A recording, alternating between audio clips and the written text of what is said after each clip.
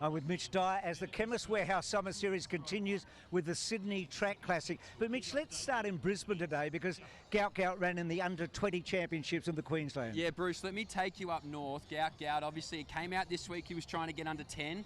Went very close, the young kid. He's gone 10.3 twice. Nothing to sneeze at there. A hard track to run on at the moment off the back of the Cyclone, but he made it look pretty easy. He runs in the 200 tomorrow, so looking forward to that. So Pete Bowl, under the same management, he's been in very good form. He's coming back strongly, isn't he? He really is. He seems to be enjoying athletics once again, Pete Bowl, which is awesome. He just missed that 1,000 metre record last week in Victoria. Was after Jeff Risley's time, but I imagine he's going to come from that stronger, better, get out here quickly. So that men's 800 includes Luke Boyes, who won the national championship, and Peyton Craig, the young gun. Women's 800, we see Claudia Hollingsworth tonight. Oh, superstar Claudia Hollingsworth. First time we'll see her as well, Bruce, over the 800 this year. Going to be fast, the pacemaker. I imagine Claudia Hollingsworth is going to roll right along with it.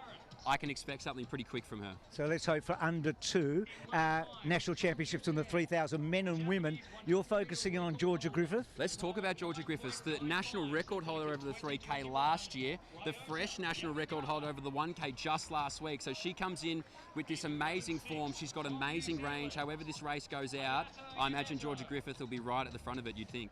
I would expect so. And Mitch, some terrific field events. Women's high jump looks great. And the women's javelin, I think in particular, with Mackenzie Little for the first time we've seen her since Paris, and Kelsey Lee Barber still trying to get back that magic. A great night of athletics. It'll be an Australian junior record, you reckon? Yes, it is. She's inside 2 minutes. Clay's in front of Jenica at this stage. Liz Clay's going to have a huge run. What a comeback!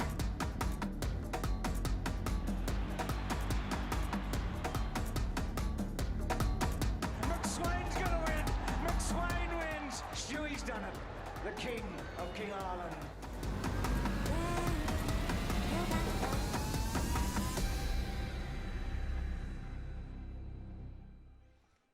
Yes, good evening to everybody. We are back here for the Chemist Warehouse Summer Series of Athletics. The next stop is Sydney for the Sydney Track Classic. The third stop for our Summer Series here. Have a look at the night we have ahead of us. We're back in SOPAC. We're back in a big, vibrant stadium here. It's been athletics all day long. Now we get to bring with you some of the best we have in the country. You can see it's a little bit, well, not quite overcast. It looks a little bit worse there on screen, but I can tell you it's blue skies, 30 degrees, 16 km/h wind. So it's swirling a little bit here inside of SOPAC, but that's okay. We hope everything stays legal and we can see some blistering times. We've already seen some here a little earlier. We'll talk about that later on. We're about to get our program here, and I'm joined by none other than the great Bruce McAvaney. Bruce, it's going to be an absolute cracker tonight. It's a beauty, Mitch, isn't it, as we have a look at the lineup. So we start on the track with the women's 400 hurdles, both men's and women's triple jump, and those relays are going to be a lot of fun, aren't they? Yeah, absolutely. We've got really class teams. We've got 2 in those men's, we've got multiple in the women, so obviously we're going to see the A teams go out blistering, but our following teams there, they're still quick. So maybe a national record possibly for the men. Women's javelin, we've talked about already how strong that'll be. Men's and women's 400, they're even filled, so it's hard to pick a winner in both of those, and then we get to the national championships for the 3,000. But before then, the men's and women's 800, we've already highlighted those. Oh, absolutely we have. We talked about Peter Bowl, we talked about Claudia Hollingsworth, but also Peyton Craig. We've got young Daniel Williams, we've got Luke Boyes in that men's one. Claudia Hollingsworth might be out there a little bit on her own, but they're going to be class nonetheless. James Turner, a chance maybe to break his own world record. So lots of action there, and they'll finish off with 100 metres. So a lot of sprinting going on around Australia at the moment. Gout today. Rowan Browning, by the way, has run 10.12 today in Queensland. Funny situation, he went 10.24, didn't make the final because he's not based in Queensland, but ran in the B final. He did, so it kind of caught some people off guard, myself included. I thought maybe he'd scratch Rowe, but no, he had other plans. 10.12, you mentioned as well, Bruce, that track, maybe not in the greatest of conditions off the back of the poor climate up there in Queensland, but 10.12 season opener. He'll be very, very happy with that, your boy, I would imagine. He likes that track because that's where Rowan ran 10.02 yes, a couple of years ago. So the women's 400 hurdles, Sarah Carley and Alana Jukic, both from the Paris Olympics here. What Alana did to get there was the stuff of legends, 4 PBs in the 400 hurdles, following on from 4 personal bests of the flat. And Sarah, Tokyo 2021, we won't forget that in a hurry, Mitch, how she overcame what could have been a life-threatening injury in the gym, came back, and she's had some great moments. She's had a good run already on the flat so far this season. I think she's in good nick. Yeah, I would think so. I think her training's been going really well. You mentioned, obviously, that potentially life-threatening injury. She's as tough as nails, Sarah Carley. So this will be exciting to see what where she's at really over the 400-metre hurdles, because it's very different chalk and cheese to the flat. She's got Alana Jukic on her outside shoulder, so these two are right next to each other. You think that's going to be a benefit. She was an Olympic semi-finalist, Alana Jukic, a month before the Games. She wasn't even anywhere near the team, so it'll be interesting to see if she can go faster than what she did at those state champs over in Perth last week. And a couple of youngsters, I'm talking about Bella Guthrie in lane 3, that's 2 from the left, and Alicia Bennett's in lane 4, so 21 and 19 respectively. And they've been running around inside 58 seconds. So for them, they're a couple of seconds behind Sarah and Alana at their best, but not sure exactly what sort of shape Sarah and Alana will be. Alana won the Western Australian Championships last week. She's run a pretty good 400 flat of 55.11. So Sarah's run 54.66 so far on the flat. So I'm thinking maybe Carly favoured here, Mitch, over Jukic. Yeah, I would think so. She's been such a staple of 400-metre hurdling in this country for a long time. She knows how to get those pre-race jitters out of the way. So just look for her. She's got those very bright silks on towards the outside of the track. She'll start quickly. So they're in the starters' hands. Women's 400-metre hurdles.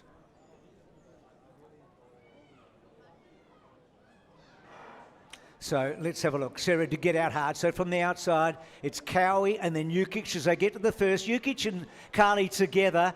Mate's gone out pretty hard, and then Bennett and Guthrie and Douglas behind those. So in the back straight, the big two, you can see Jukic on the left there of Carly. So Carly, much more diminutive figure, is shading Jukic at the moment. And then on the right of screen, we've got Douglas, Guthrie and Bennett. So they're up to halfway now, and Carly slightly in front. Now, Jukic is strong, we know that. This will be a good battle up the straight. Can Bennett or Guthrie close in on them? So Carly leads about 1.5 metres into the straight, and they've got it clearly in front. Can Jukic raise an effort early in the season? Carly's about 2 metres in front. They've got one to get over now, and they're clear of Douglas, Guthrie and Bennett. Carly drawing away from Jukic here, and how fast could Sarah be? Around about 54, 55, that's quick. Oh, 54.87. We did not expect that, and that might be a meet record here. That's very, very fast.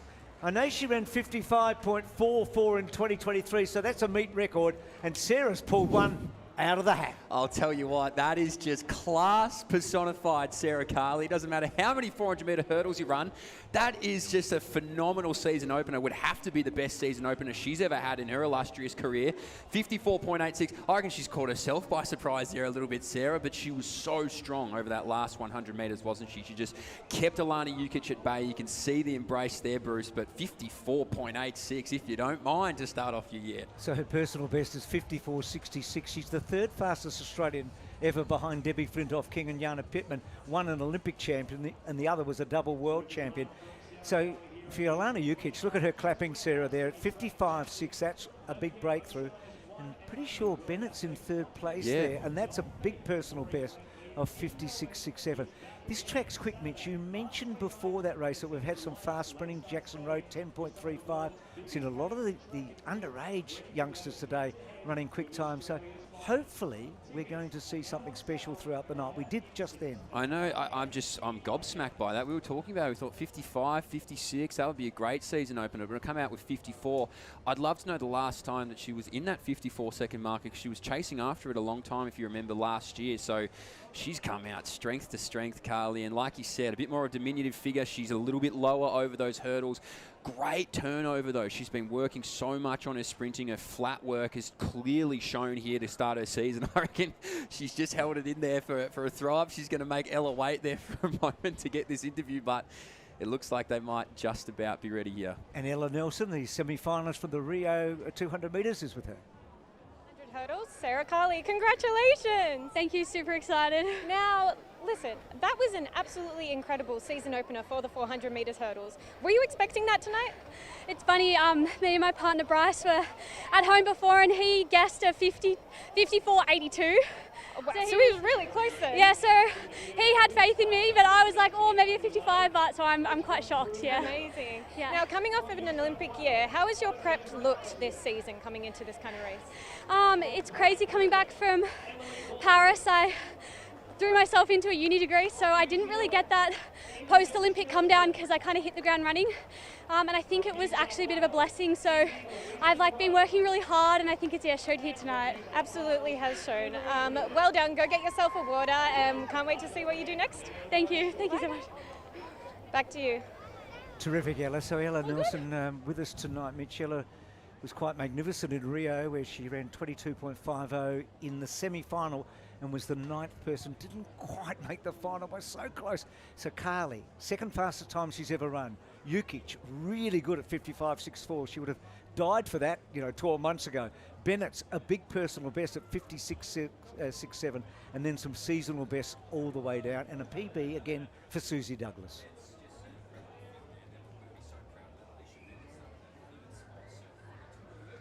In here with a 57.8, Alicia Bennett. She was a semi-finalist last year at the World Juniors. Stepping down from 57 to 56 is a huge jump, and she's managed to do it by over a second. So just simply incredible. 1.9, that is just phenomenal. 19 years of age, just sensational. 400-metre hurdling. I mean, we're talking about this so much in sprints now. Oh, we're starting to come to this new era of the event, but to see that from Alicia Bennett is absolutely massive. So iron sharpens iron. They all ran tremendous.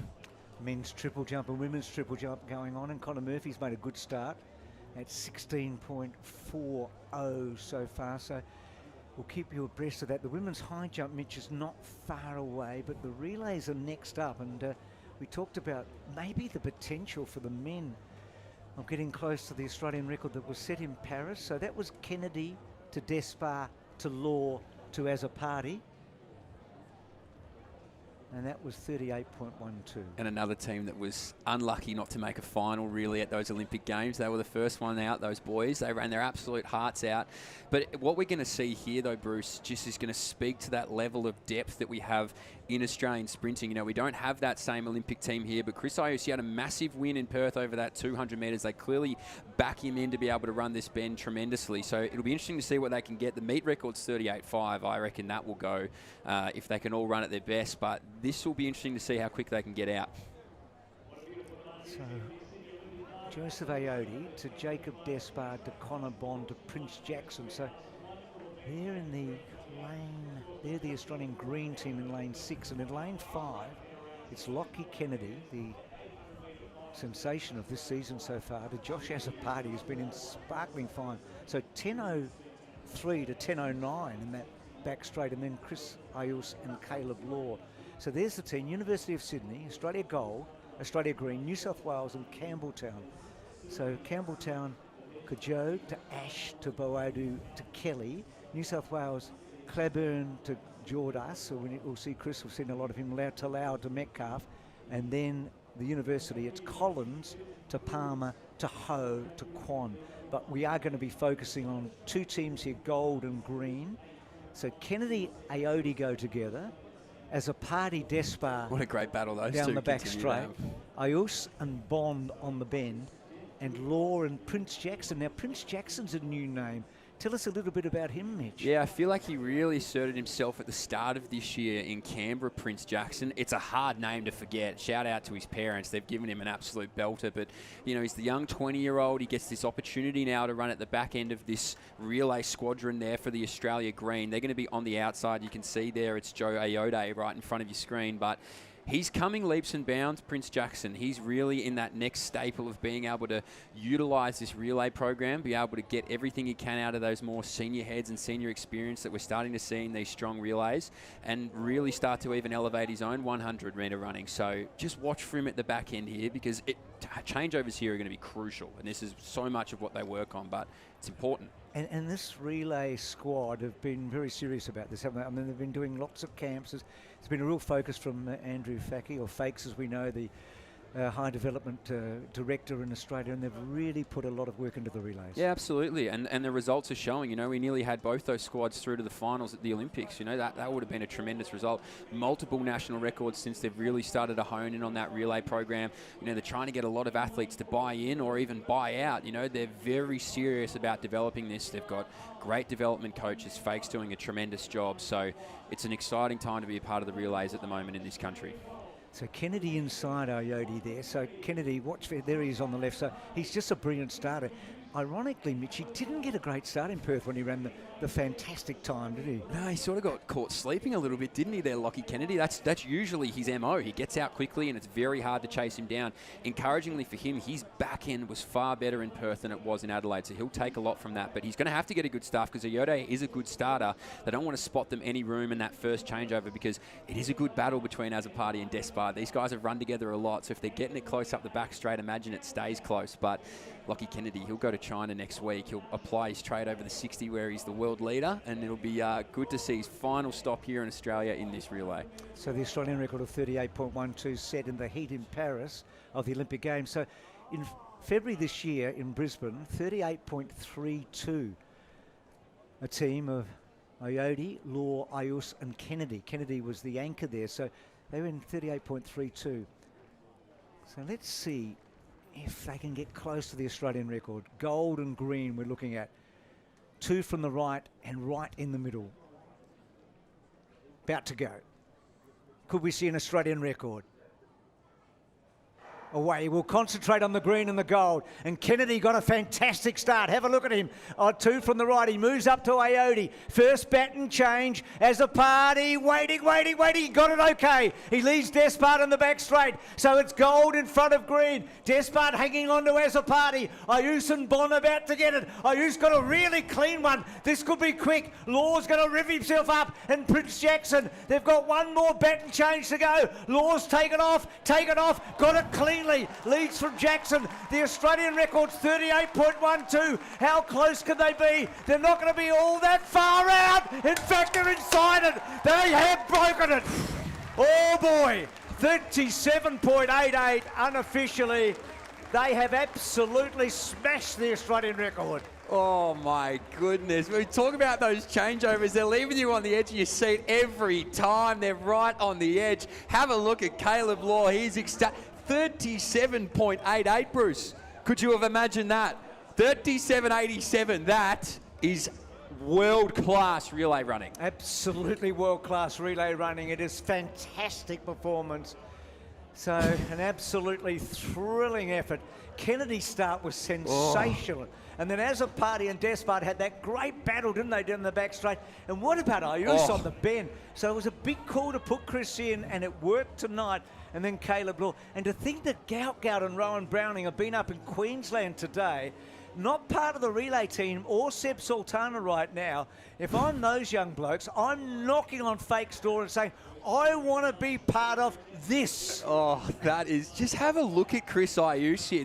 Now, Chris Ayus is a man who's always just been on... Look at that change. Bang, straight on it.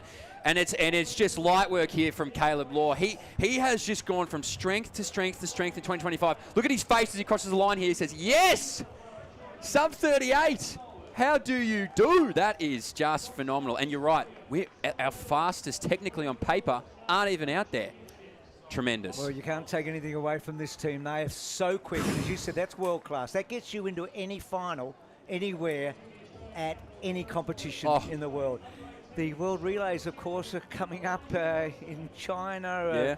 We know that we did so well in Nassau with the women last year before the Olympic Games. They broke a national record in the heat there at Nassau, and that was quite sensational. So we catch our breath for Lachlan Kennedy, Josh Azzopardi, Chris Ayus and Caleb Law. They become part of Australian history by breaking the record and becoming the first Australian team to break 38 seconds.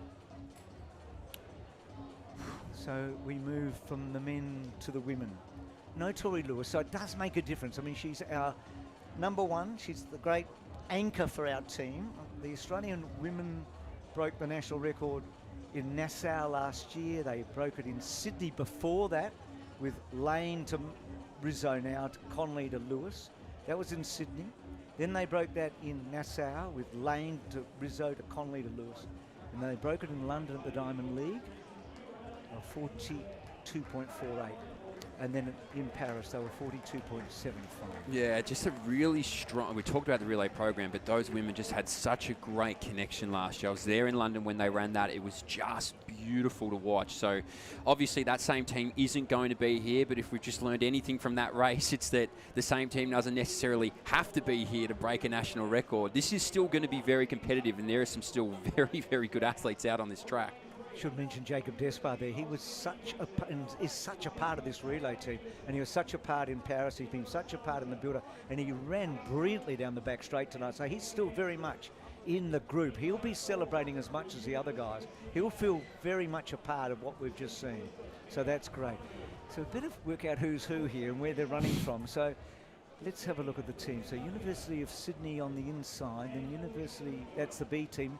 That's Anderson, Salinger, Hewitt, and McAndrew. University of Sydney, Economu, Ficard, Lucatonio, and McMillan. Then the gold, Conley to Rizzo, to Edwards, to Mannix Power. So Mannix Power basically comes in for Lewis here, Mitch. And then the green, Philp, Harris, Dodds, Starlin. That's a very good team. And then the Kinders, Crutton, Ball, Inkster, Mearns, again a very good team. And then New South Wales with Pickering, Carroll, Dixon and Melinda Taylor, Gainsford's brilliant young daughter and Gabby. So I guess the favourites are the gold team. Yeah, definitely they are the favourites. But that Australia green team is going to be a really interesting watch. These are all junior talents now stepping into those senior ranks. They've been to the World Juniors before. You want to watch a great starter. Philp is certainly one that you want to keep your eye on. She gets out of there like a bullet out of a gun. She's on that outside shoulder of Ella Connolly, who in her own right is a fantastic starter. This will be quick. This will be interesting. They're all going to push each other like we just saw in the men's race. So there's Philp there, the young woman that Mitch is talking about. Here's Ella Connolly. She's going to the World Indoors to run in the 4x4 relay and the 60, along with Tori Lewis and others. So we're going to concentrate on those big lanes here. Conley, Phil Crutton to lead off. Away, so Conley got a pretty good start. Philp did get out well, and also Crutton. So Crutton had the big 60 metres at the start of the year. Let's have a look at the first baton changes into the back straight. Rizzo gets it on the inside, so Breeze quickly got up to Harrison to Ball. So Rizzo's going to give it to Edwards here. Two of our absolute A-graders here in terms of our relay. Oh, that was not a good change. Christie had to wait, but away she goes from Dodds and then Inkster. We get to the last. Chloe has to wait here, Mannix Power. She goes here now. Christy yells, and Chloe gets it cleanly in front. Lacara Stallion will come home really hard out wide. You can see her, and also the means behind those. Now the time here, they're getting up to 42.85. It's a good run. It's about the fourth fastest. It's a meet record, and it's about the fourth fastest this team has ever done. Couple of baton changes, particularly 2 to 3, not quite as good as the men, but it's a good result. No, it's a great result. I mean, a couple of years ago, you'd be screaming for a time like that. So it's a lot to be proud of, but you're right. Those baton changes are so crucial. There's no margin for error in something like that. Thankfully, no batons hit the ground. Thankfully, everybody got through this race okay, but 42.84, you'll take that absolutely. The echidnas get over the top of the green, 43.85 to 44.13 for all of our Australian teams there. So there's a little bit of separation back from obviously our first team in the gold, and then to the echidnas got the better of the youngsters in the green, but you're right, that sort of change over there from 2 to 3 cost them, but if costing them still gets them at that time, then we're in good hands. So, Mitch, it's the fourth fastest time we've ever run. There you go. 42.84. We ran 42.83 in Nassau when we broke the Australian record. 42.75 in Paris at the Olympics, just missing the final, and then 42.48. Chloe's done a good job here, Chloe Mannix Power, of course, a stall gift winner. So she's done extremely well. Lacara Stallion and Amaya Means there, but it's a fast run. It's a terrific run. So has to be happy. So the relays have been a huge success tonight. Massive breakthrough for the men. And the women, I reckon they're thinking to themselves, we can take that record sometime in 2025. Oh, absolutely. I think they'll be looking to China, the team, and just going, this might be the place where we can get it. And you're right, big shout out to Chloe Mannix Power. She's run 11.3 this year, obviously. She's been going from strength to strength. She now finds herself anchoring the Australian gold relay team here in Sydney. So it's been massive for her since that stall gift win. But yeah, just awesome. And you know, beating a dead horse a little bit here. Awesome the depth of sprinting talent we have in this country to be able to put in and put out of these relays. You'll see it there. Meet record 42.84 for gold. Australian echidnas 43.85. Love that name. And Australia green 44.13. So great racing across the board.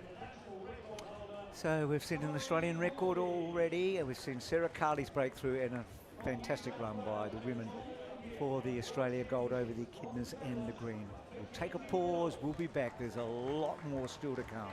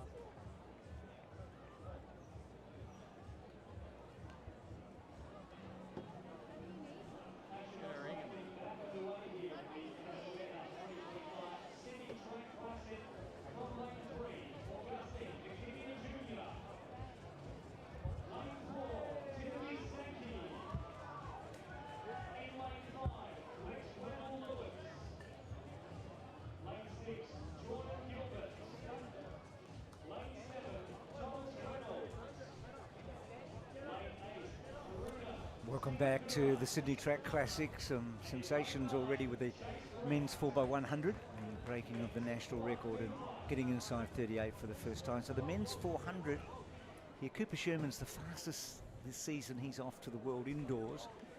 And Reese Hooker's just been struggling a little with injury. He's our number one and certainly somebody that we can't wait to see with a fit body, hopefully maybe at the Maurie Plant meet, but that might be a big call at this stage. But Thomas Reynolds has been in sparkling form so far, and Jordan Gilbert's certainly one to watch. So from the inside, Gus and Keisha, we know that name oh so well. Timothy Sankey next to him, he ran well in Perth. Lex Ravel Lewis, the New Zealand champion, as off they go. So from the outside, it's Grant and then Darshana and then Reynolds, who's probably the favourite. Gilbert inside of him, and then Ravel Lewis, who had the 46.11. He's 3 from the right when winning the New Zealand championship last year. And Keisha's gone out pretty well. So they get up to about halfway, and Grant on the outside, Darshana almost with him. Reynolds looks to be going pretty well. You can see him 3 from the left, and then inside of him is Ravel Lewis. So Reynolds has taken the lead from the outside group, but Ravel Lewis inside of him, and then Sankey just in behind. Reynolds looks to be slightly the stronger at the moment. The Kiwi dropping away as Reynolds comes through about 2 metres in front of Ravel Lewis. Darshana coming home pretty hard, but Reynolds is going to get through and run 45.76, which is not far outside his personal best. It's a good gallop. He's timed it well, Mitch. He always looked as if he had the outside beaten and then was able to shake off the challenge from Ravel Lewis. Yeah, well, Ravel Lewis, it looked like maybe with 200 metres to go, he could get there, but just over that bend, Thomas Reynolds just started to stride now. He puffed his chest and he's just moved away. He's a strong runner, Tommy Reynolds. He always has been. He's a Vic champion this year, obviously, over that 400 metres. He's got those Doncaster colours on. They'll love that. But Tommy Reynolds, he's a big, imposing figure. Technically, if you watch him here, he is magnificent. You can see him here. He's outside, 3rd from the left in those yellow colours. He is just a beautiful mover over the one-lap journey. You can see here, they're pretty well neck and neck. They come out of this bend, and there's Reynolds. He's gone there. Ravel Lewis has no chance of getting him back. So a strong performance from him. It's been a good year for him, just outside his lifetime best already. Just 20 years of age, Victorian champion a couple of weeks ago, and he's the 2nd fastest Australian so far this calendar year. It's early days, we know, but we've had some good running. Cooper Sherman's been in sparkling form, so the Victorians are well served with their 400 metre runners, Mitch, with young Sherman, who was 21 in the week leading into Perth when we went to the Classic over there, and now Thomas Reynolds. So building, and if we can get Hooker back to his best, and suddenly you've got a 4x4 team. Yeah, absolutely. And again, we're talking on these relays, but absolutely we can. Looks like we've got Ella down there with Thomas Reynolds, who's keeled over, but I think he's got a little bit of time for you. Alrighty, Thomas, congratulations on the win tonight. How did that one feel out there? It was great. It was good fun. It's always fun to get out there with the boys and have a run. It's never easy. I'm always knackered, but yeah, it was okay. It was good fun. So PB run this season, another really good crack out there tonight. How are you feeling leading into nationals? Hopefully just keep building and potentially fix that first 200, get it a tad faster, and just bring it home as hard as I can and see what happens. Amazing. Well, congratulations, and I'll let you catch your breath. Oh, thank you. See you guys later. Good stuff, Ella. Yep. Not easy 400 metre running. They do climb the stairs over the last 50 metres, even if you're Michael Johnson or Kathy Freeman. They just do it a bit quicker, but there's the time. So it's a good run, 45.75, not far outside his personal best. So the New Zealander, 1/100ths quicker than he was when he won the championship last weekend. So he's having a good week. Sri Lankan has run a season's best. Singapuraj Sankey of New South Wales runs 46.89, a season's best. And Keisha went out hard. Gilbert's just a youngster, so something to look forward to there, and then Grant. So the women here, Mitch, this is so tight. The fastest is Sela Donakis, but she's coming back for the first time. And basically, there's about a 0.8 of a second between a whole bunch of runners here. We had a lot of personal bests, including Bella Pasquale, who we can see here in Perth. And I think tonight, we've probably got something similar here where we're going to get 2 or 3, I think, running personal bests. Yeah, I think so. It's a lot of youngsters out here as well. We've also got 2 that are going to be competing in China next week in that 4x400 metre team. That's Pasquale and Gemma Pollard, who was 52.6 already this year. So she's going to go out of the middle of the track. She's certainly one to watch. She was a part of that silver medal winning team last year at the World Juniors. Bella Pasquale, the World Junior champion in that mixed 4x4. So this is great. This is what we want to see. Obviously, we don't have some of our staple 400 metre metre runners, Nelly Beer or anybody like that in this race. But now we get to see a really good opportunity for these youngsters to battle it out for a major title. That's what you're here to race for. So to your point, Bruce, this will be fast. Yeah, it's a young group. A lot of teenagers in this. Jasmine Guthrie's 21. Charlotte McCall's going very well, 18 years of age. She was part of the Lima team. Ellen Randazzo. Aurora McShane's been running personal best. Gemma Pollard's 19. Sofia Grigorievich was part of that relay team in Lima last year at the World Juniors. She's 19. Bella Pasquale, already a stall gift winner at 16. She's 18. Michaela Sladonakis is at 26. But Michaela had a really big breakthrough year last year. So she's got the fastest personal best at 52.62. So anything in the low 53s here, Mitch, is going to be a really good run and create some personal best opportunities. Yeah, absolutely. That's what they'll all be targeting here. If they've watched anything out here already this evening, it's that if they can put themselves in a position to run fast, this track is going to make them run fast. We've just seen some blistering times here.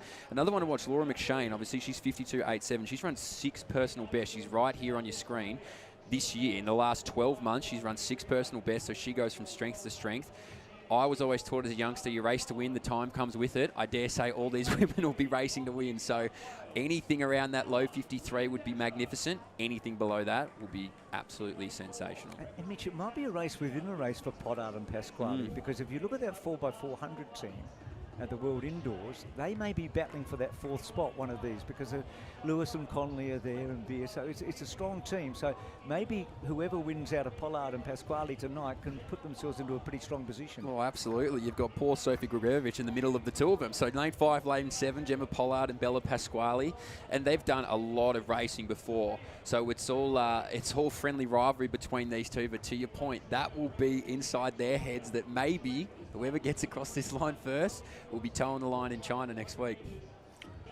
So just about set. So it'll be Sladonakis on the outside lane, Pasquale, Grigorievich, Pollard, McShane, Randazzo, and then 2 from the left, McAuliffe and Guthrie. South Australians well served at the moment in the sprinting ranks. Aidan Murphy, by the way, won the treble in the South Australian Championship, 100, 200, 400.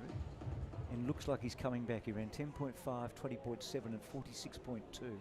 So that's in 37-degree heat last weekend. So South Australia now getting some depth there. And Charlotte McAuliffe has been the young star for the last couple of years. Absolutely. And how's this for a meet record to chase? 2003, Jana Pittman, 50.43. Kathy Freeman in that race that night. It was something quite spectacular. Kathy, in her second last race, she went off to Eugene after that for one more. Here we go. Women's 400. So Sladonakis on the outside. Pasquale was a fast finisher in Perth. She's 2 from the outside. And then Grigorievich. Pollard's gone out really hard in the middle. And McShane going out hard as well behind her. And then Randazzo, McAuliffe, and Guthrie's already up to McAuliffe. So in the back, Sladonakis is giving Pasquale a real cider here. Grigorievich is back a bit. Pollard's got past her, and then McShane. So they're the 5 we can see on camera at the moment with 150 to go. Sladonakis, first run for the year. Pasquale almost gets up to here. You can see McAuliffe coming through, 2 from the right, coming home pretty hard. And then Guthrie on her inside. Into the straight, Pasquale's taken a narrow lead. Grigorievich and Pollard coming home really hard here. Pollard's taken the lead from Pasquale. Not much between them. McAuliffe behind those. It's Pollard and Pasquale. It's very fast, and Pollard's just beaten Pasquale, and they've absolutely smashed their personal bests here. It's been some fantastic running, and these 2 young women are off to China this week for the World Indoor Championships.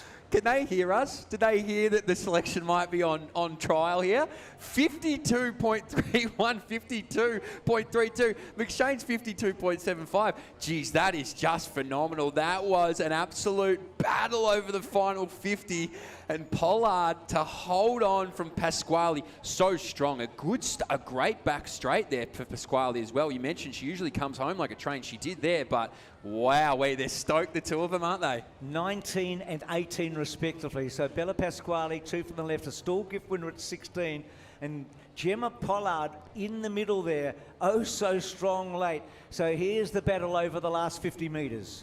Just remarkable stuff. Look at Pollard in the middle of the track. It looked like she had Pasquale there, but she comes one more time. It takes Pollard every inch of what she's got. I'll tell you what, Bella Pasquale's run over a second personal best there as well to attach herself to Gemma Pollard. So strong. You take so much from that in the way that last 100 metres was run from both women. Simply remarkable. That is, look at that. Can't get any closer than that to finish off at 400 metres. And I love the depth behind. Have a look at that behind. So McShane gets a personal best as well. So there's a lot of outstanding run. And good on Siladinakis there, the veteran. First up, she set the tone in the outside lane. She gave Bella and the others something to chase. So we thought there'd be personal best. And the first four. So Charlotte McAuliffe, she ran her personal best of 53.43 when she was 16 years of age. Now she breaks it again at 18 at 53.24. But it's Pollard 52.31 and Pasquale 52.32 at the top, and then McShane. Oh, Ella, we've seen some fantastic running tonight. Not sure if they've caught their breath or not, but we might get down to you in a minute. But it was absolutely spectacular running. So good stuff there. So we're just going to collect ourselves. So Peter Bowles not that far away, and that's going to be some sort of a race. What a night we're having.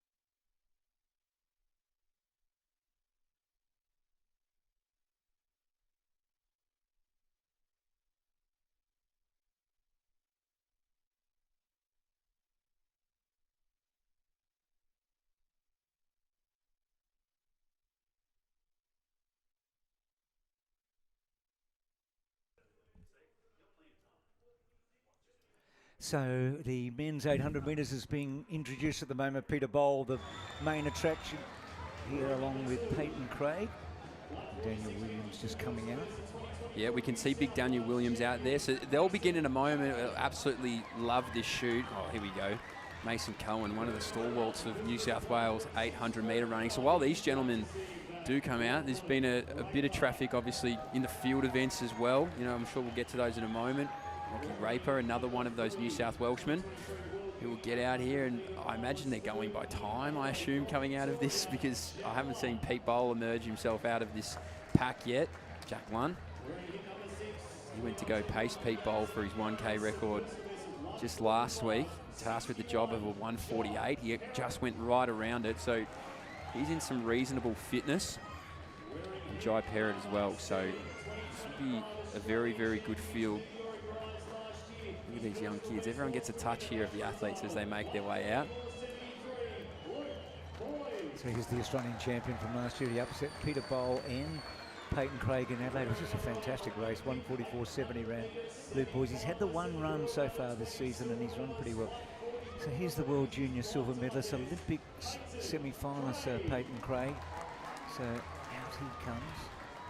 And then he went pretty well, I thought, in Perth over the 1500. And here's the main star, the fourth in the Olympics, the incredible run there, and then backed it up the year after in Birmingham with a silver medal, and was so close to breaking the Australian 1,000 metre record, what, 2 weeks ago? He was just over a week ago now, Peter Bowl. He just missed Jeff's record by over 0.2 of a second, so he was right on it. He had to really get out there and get it solo, but what we've said multiple times here now is Peter Bowl's kick and that bit of pop that he's always had over that final 200, it appears to be coming back. He's loving the sport. He's got a brand new daughter, Peter Bowl, a little bit of a new lease on life, I hear from him. His coach Justin Rinaldi right on my right-hand shoulder here, so he's watching over intently. But he'll be the big threat out here. He got pushed all the way in Adelaide by Daniel Williams. He bridled up on his shoulder and he said, "Who is this kid? I don't even know who you are, mate." And they had a beautiful embrace at the end of it. He's got some more company, though, as you mentioned, last year's national champion boys. And Peyton Craig is over his pet distance here. The junkyard dog of 800 metre running, Peyton Craig. He'll give him not an inch out here over this 2-lap journey. And it's a good description, isn't it? Because the way he runs, he's ungainly, and he often looks like he's beaten before he raises an effort, and Peter will know all about that. Luke Boys will be fascinating. He's just 21 years of age. There he is. So what can he do this season? Huge breakthrough last year at 1:44.73.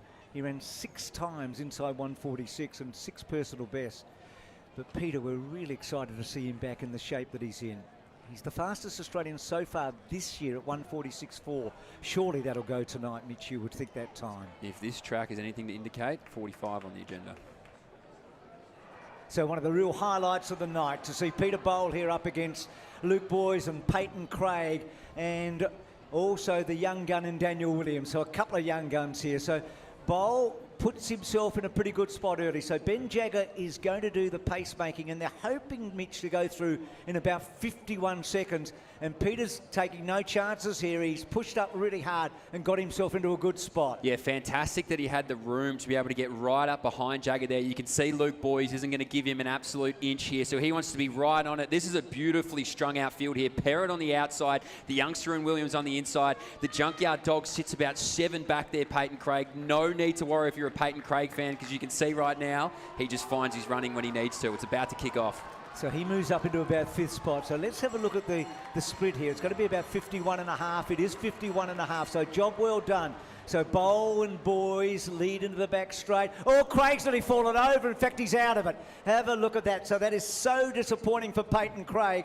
He just got caught up there going out of the straight, and he's completely lost contact. So Bowl leads at 250, and Boys trying to raise an effort, but Bowl's now putting a bit of a space in them. Yeah, he's starting to teach the young fellas a few old tricks here. Look at Daniel Williams as well. He's right on that shoulder of Boys. He's got a bit of grit in him. Cohen's going to drop back, but this is Peter Bowl of old. This is vintage Peter Bowl as he rounds into the 100. He did go early, and Boys hasn't completely given up here, and neither has Williams. So Pete put it on the line early. He's about 3 metres in front. Williams gets up to Boys, gets to second. It's going to be Adelaide revisited here. Bowl knows who's behind him here. Look at this time. It's going to be quick. That's a fast one. That's a really, really good record of 1:44.87. That's an absolutely sensational run, and he did it from the front. Daniel Williams is going to take a slice off his personal best here. He's going to smash that, and then Luke Boys, and you've got to feel for Peyton Craig going out of the straight. Love the confidence of Pete there. He gave them an opportunity because he went very early. Oh, it was vintage Peter Bowl there, vintage. He just gave himself some good real estate. Justin Rinaldi's nearly broken down the windows next to me here. He is absolutely chuffed. Look, this has been a long time coming for Pete. Obviously, he's had a lot going on over the last few years. He's free, he's loose, he's high-fiving, he's having a great time. How about Daniel Williams behind him? You said it was an Adelaide repeat. He's here in third on this replay. Luke Boy's strong. This is what he does. And you think at this moment, Jesus, Pete, has he left it? He's gone too early. Can they get on his shoulder? But he just continues to extend away. And Daniel Williams, the youngster, he's now a 145 man, Daniel Williams. He is just strength to strength, but outside shoulder, Peter Bowl says, catch me, you can't. Salutes the crowd, 144, incredible. It's been a while since he's run that fast, I would have thought, Pete.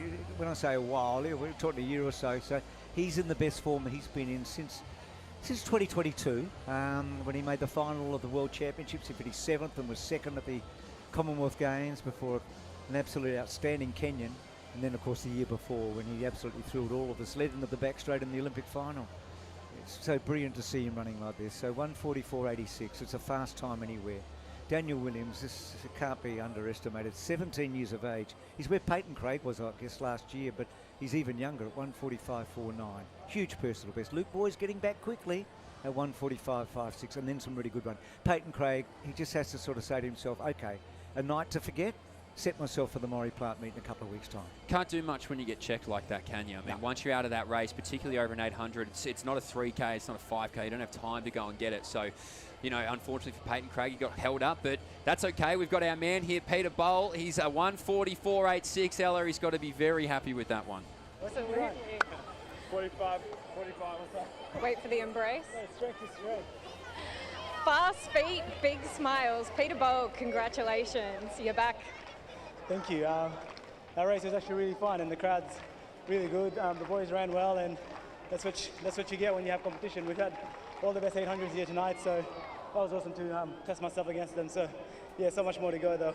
Absolutely, and that was the most dominant performance we've seen from you in a long time. Has something changed in the last few months to bring out this kind of result? Yeah, probably starting a family and having more purpose to do it, so that's really important, because every time I'm here, I'm kind of taking time away from family, so I've got to put it all on the track. Absolutely, and congratulations, your brand new daughter. There's nothing more that fills your heart than being able to give her a little salute. I'm sure she's watching at home. There you go.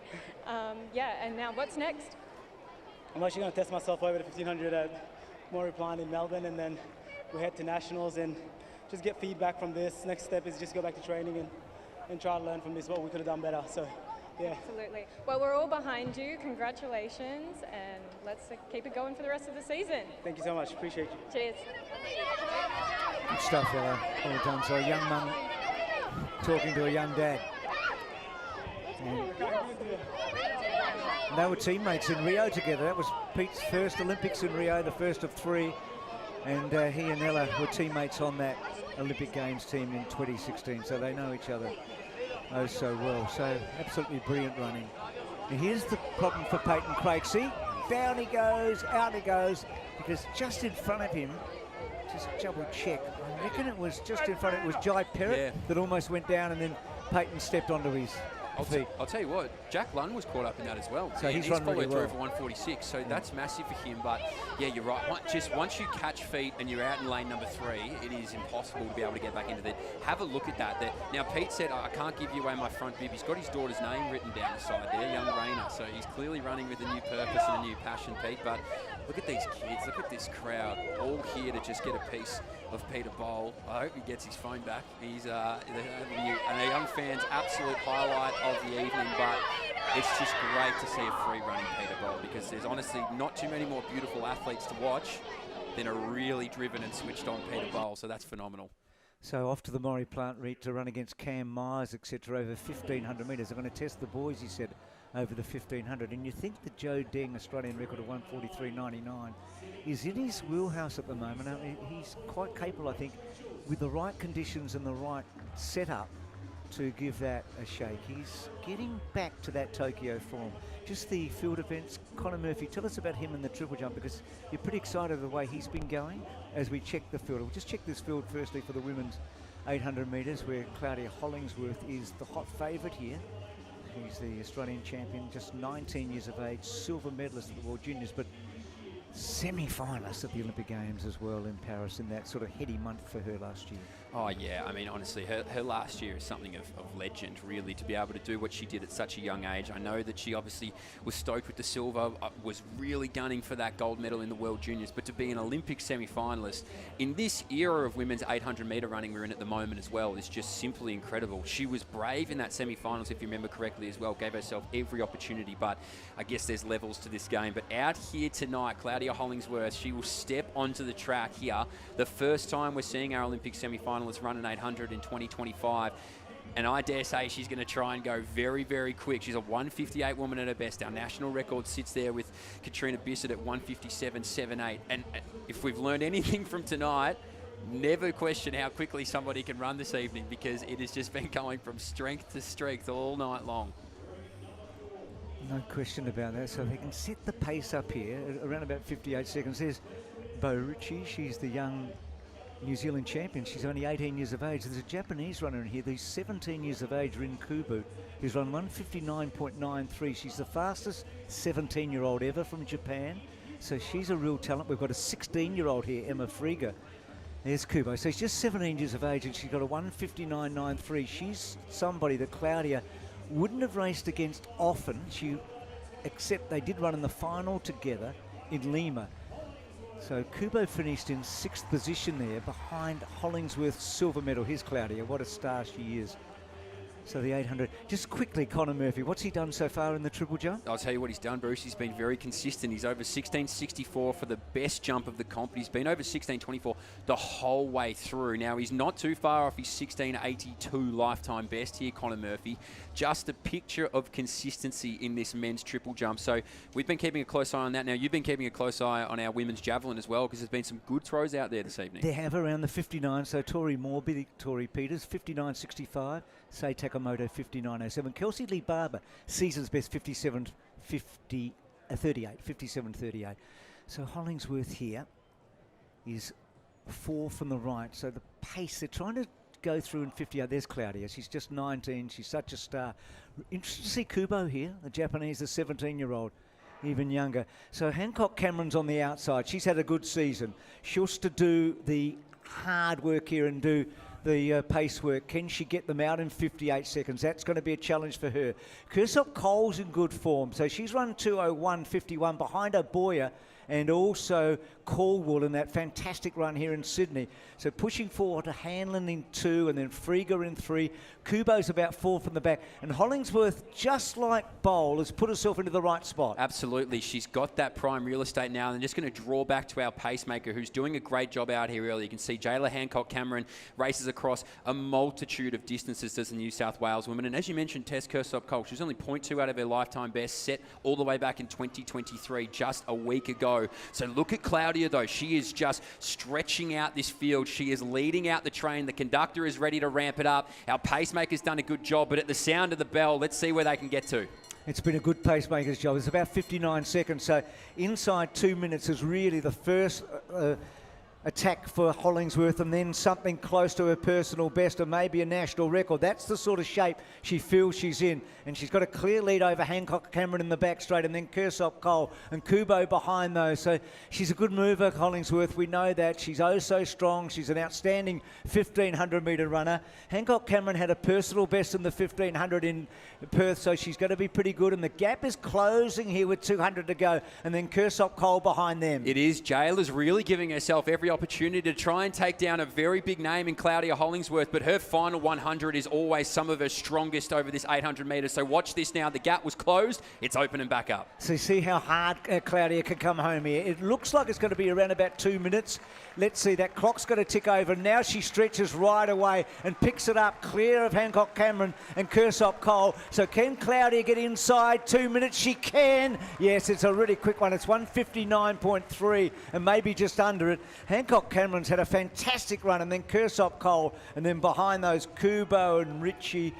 Fulton was there with Frieger, but it's very, very good performance by Claudia. She's got to be happy with that. Absolutely. That's an impressive 159 as well. You put that in context of how the race panned out, 59.2, 59.3 coming through that opening 400 metres. The gap gets closed a little bit. There's clearly no fear on Claudia's face. That final 120, it is just such a strong point of her 800 metres. She's able to maintain, sustain form and just move away from this field like it's easy. There's no grimace on her face whatsoever. She's just such a strength runner, Claudia Hollingsworth. She'll take a lot from that. Open the year with a 159 low, a lot to be happy about. So 159.30. So Bendiria Boy in Sydney last week ran 159.27. So their battle for supremacy, along with Abby Caldwell and a couple of others, is going to be an absolute highlight of the season. The last 100 was very impressive. Absolutely. Just look at it here. It was beautifully called. It started to close up around maybe that 200-metre mark, and look at this just lengthen from Claudia Hollingsworth. Not a grimace on her face, not a really remote sense of struggling. She's, in fact, getting faster over the back end of this 20. Look at that dip at the line. She'll be happy. Obviously, she's a competitor. She'll want to break an Australian record every time she steps on the track, but she should be stoked with a 159. Don't take my word for it. I shouldn't talk for her. Ella's got her down there, and there's a lot of smiling. She looks pretty happy next to you, Ella.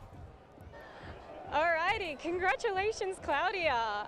Amazing run tonight. That first 400 looked like you were right on pace. How did it feel? It felt really good. I just wanted to go out here and just test my fitness. I've been doing heaps of work. I mean, I was going in my head for a fast time, but I'm glad just to sneak under 2 minutes. I think I just wanted to front run it and see how it'd go. I think I was happy with 600. Probably could have pushed the last 200, but it was just a bit, I don't know, nervous, I guess, but I'm super keen for what the rest of the season holds. Absolutely. Breaking 2 minutes now must be such a relief.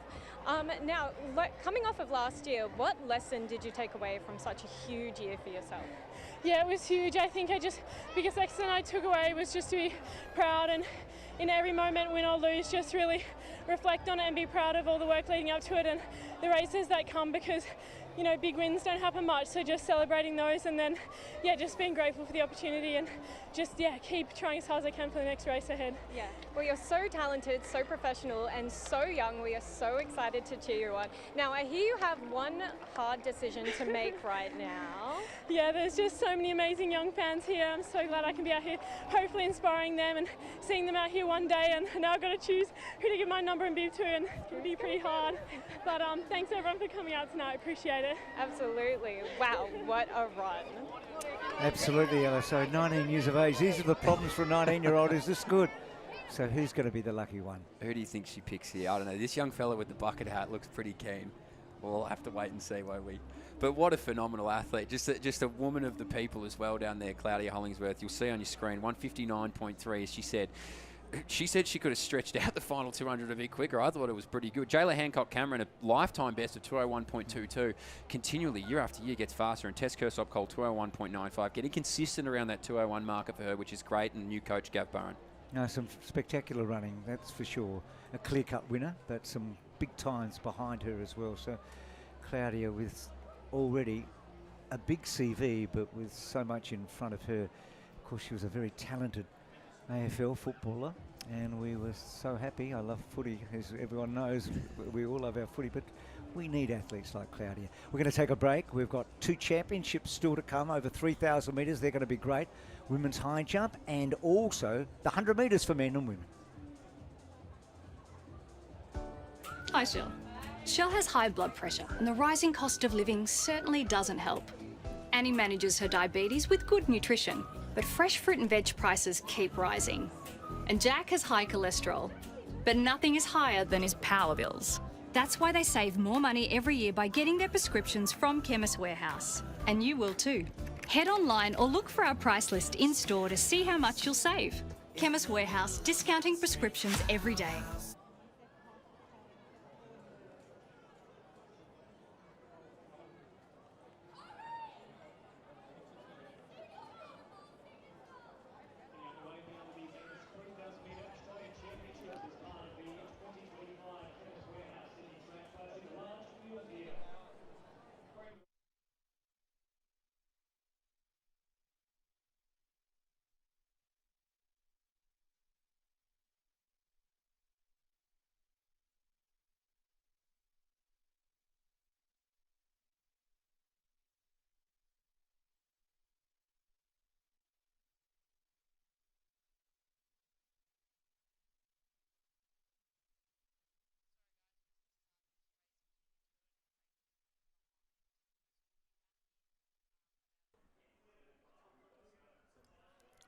no worries, Cass. That's all good.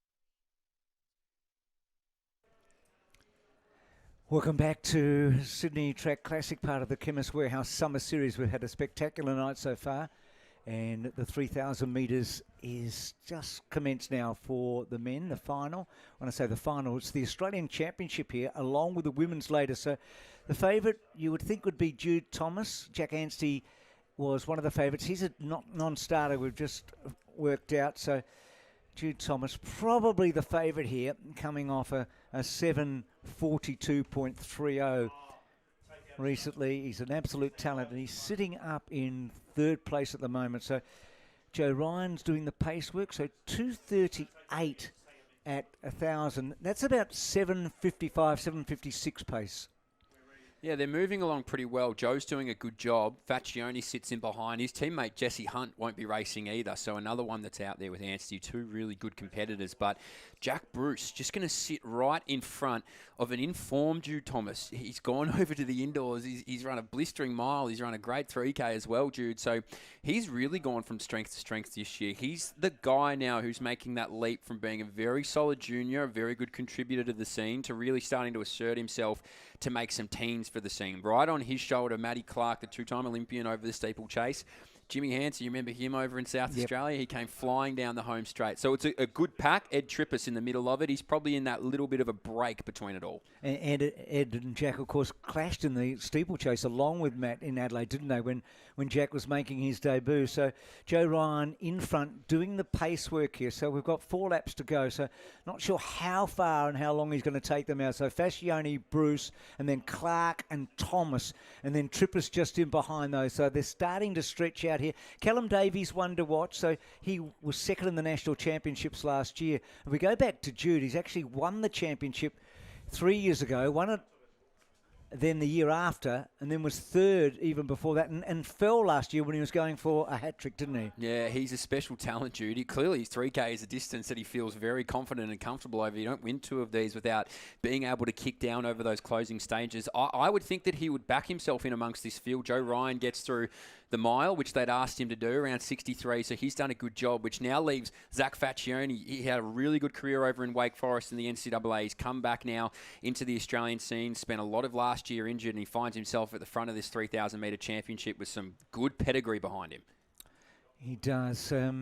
See Callum Davies, so he's in about 7th position, just moving up a little. Thomas has got 26 on his inside, and Davies is now right in behind him with 3 laps to go. Yeah, so right where you want to be. As we say that, South Australia's Isaac Heen has had enough of it, so he's going to move around and continue to push this tempo. So clearly there's always a decision that gets made in the 3,000 metres. Will you be happy to sit back and let the kickers into the race, or do you want to try and just stretch the wheels out of that midfield? Trippus doing a really good job just to stay in the hunt. James Hansen right in front of him. Cal Davies right in front of him. This is a class group right in the middle of the front part of this, but Jude Thomas in that 5th spot. He's in those fluoro orange colours. You can't miss him. He is a danger. I reckon the 2 men that are following him closest, James Hansen, Cal Davies. So a couple to watch, and they're sitting on the favourite, aren't they, which is the right way to go. And now Thomas makes a bit of a move. So Isaac Hayne, who won the City to Surf on the roads, he's a good road runner. He's been a fantastic runner in South Australia. Leads from Jack Bruce, Jude Thomas, and then just in behind them, Hanson and Clark, and then Trippus, and also Davies looks pretty good. He's running into a bit of form, Davies. I thought he was strong at the end of 1500 in Perth a couple of weeks ago. So 2 laps to go here, and I think the favourite's exactly where he needs to be in third spot. Yeah, absolutely. So he's right there, Jude Thomas in third. Jack Bruce, he's a looming figure. I think Jude will be happy to sit behind him. Those two have done plenty of work together. 2 Queensland boys, obviously out of that MTC staple as well. Jude Thomas was 13.09 indoors not so long ago. That's 6th fastest all time, 3:52 over the mile. His range right now is perfect. As we see, Matty Clark, just hold on. He's going to tuck in on that shoulder for however long he can. But Cal Davies, he sits 4th. He's on the inside. He's a bit shorter than Jude Thomas in front of him. He's not giving him an inch. You can't put a piece of paper between these two at the moment. Isaac Hayne, really good towing them through. But when you've got class like this and Jimmy Hansen creeping up, you just got to expect this kick's about to come. And Adam Goddard's the one that's just off the back. Now, he had a breakthrough last couple of weeks ago in the 1500 metres over in Perth, so he's trying to hang on. He hasn't quite been able to get to them as we come back to the half a dozen. Bruce, Hayne, Thomas, Clark, Hanson and Davies. They're the half a dozen with a lap to go. So they're around about the 6:55 mark here. It's not going to be super quick, but it's going to be super competitive. Davies puts himself up into a striking position right on the back of the favourite in Thomas. So Hayne just drops off here, Mitch, for the moment. Bruce leads Thomas into the back straight. You can say a lot of good things about Cal Davies, but tactician is the way you can describe him. He's just sitting on that outside shoulder now up this back straight. Jack Bruce will lead them out. Jude Thomas looks so comfortable, and Mr. Grit and Grind himself in the white singlet, Jimmy Hansen, ready to get up on that shoulder of Cal Davies. Matt Clark just starting to drop off, so we're down to 4, you would think. Thomas goes past Bruce with 200 to go. This is a 3,000 metre Australian Championship. Davies moves into second place. Hansen's probably a metre too far back, I would think. Could Thomas get a third Australian Championship at 3,000 metres? You betcha. He puts 3, 4, 5 metres in front of Davies and Bruce. They've got away from Hansen, and this is going to be really impressive by Thomas. He sprints away. Davies hangs on in that grit and determination. He gets second, Bruce third, and then Hansen fourth. And then behind those, Clark and Hayne. So a couple of South Aussies make it 3 because Goddard comes through for 7th position. He's a quality athlete, Thomas. He's got a lot to look forward to. And 1, 2 and 3 know each other pretty well, don't they? Yeah, all training partners up there in Queensland, the 1, 2, 3 punch. So Bruce was strong. You got to take your hat off to somebody that's able to continue to push the tempo like that. That, to me, obviously, he's gone over to the US. He's run 13.09. He's run 3:52. That final 100 to me shows me everything I need to know about Jude Thomas. He's here. He's arrived. He's ready to take on the best that we have in this country. He'll take a lot from that 3-time national champ now. There's a good ring to it. So I wonder if he goes to the Maury Plant 1500 and tests himself against Peter Bowl and Cam Myers and the rest, because I think he's in the shape to do that and to be very competitive, don't you? I absolutely agree. I mean, that is the perfect race you would think for Jude Thomas right now. He had a hard slog over in Europe last year. He was pacemaker a lot. He just couldn't quite get into the races he needed to. But Bruce, watch this final 100. He just blows them out of the water here. He's in control, isn't he? A lot like Cloudy was in the previous race, and Peter turned out to be in his 800 as well. But no, this was very impressive. You could see now if he got himself into a really fast race and got towed along a bit with that effort there, that he can really break through. Davies was terrific. So he was second last year and second again this year. Thomas wins for the 3rd time. And Jack Bruce, who won the national title at 3,000 in 2021, gets 3rd. So familiar faces, aren't they? 1, 2 and 3. So the favourite wins the men's 3,000. Georgia Griffith will be the favourite in the women's 3K, and that's coming up shortly. So Mackenzie Little, 59.77 in the javelin. So the bronze medalist from... in her final throw, she's taken the lead and won the competition, 59.77. So Mackenzie, a bronze medalist in Budapest at the World Championships. That's a fantastic first up performance by her. Women's 3,000 still to come. Ambulant 100 metres and the men's and women's. We've still got plenty to offer on what's been a spectacular night.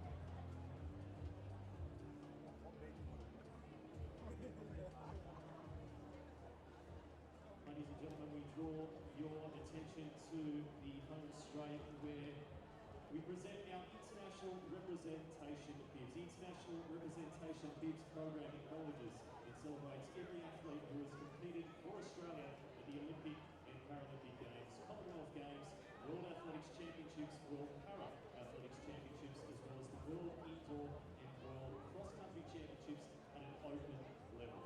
Today we are proudly presenting or representing this group of athletes with their bibs to commemorate and hopefully give a meaningful reminder of their journey they have taken to get to this point in their careers and to have their names added to the historic list of the sports greats. Over the course of this year's Chemist Warehouse Summer Series, we will continue to make these presentations to a wide group of athletes who have made their debut over the past 5 years to ensure they get the recognition and moment of celebration they all deserve. Joining me to present the international representation bibs tonight is 12-time Australian champion, 17-time Australian representative, world indoor medalist and Olympic finalist, number 648, Andrew Murphy. Put your hands together for Andrew. Please welcome bib number 379, Luke Bailey. Australian Championship in the 3,000 metres has just been won by Jude Thomas with that spectacular finish over Callum Davies and Jack Bruce. All these athletes have had success in this race in the past, so Jude wins the championship for the third time. Absolutely, and obviously we brought here Chemist Warehouse. It's reaffirmed its commitment to Australian athletics, signing a 5-year partnership extension, continuing its support of athletics across all levels nationwide. As the official pharmacy retailer and a major partner of Australian athletics, Chemist Warehouse will continue to play a pivotal role in supporting the growth of the sport, with ongoing investment in both the summer and winter domestic seasons, event activations and community engagement programs, all of which are integral to the sport's development. We thank Chemist Australia for their continued support of athletics in this country, and the best form of athletics you can watch in this country is in front of you right here, right now. So look at all these kids. They're part of the future of Australian athletics. They're having a pretty good time out here watching some of their heroes go and get after it. Absolutely. No, they're going to be thrilled with what they've seen, as we are up here, Mitch. Came here with a feeling that we'd have a good night, a really good night. Conditions are great. We've got so much depth in this country. But there's the Queensland Championships on at the same time, and other people are getting ready for other championships. New South Wales Championships are coming up. We've had the juniors this week. But what we've seen so far tonight has really been quite outstanding.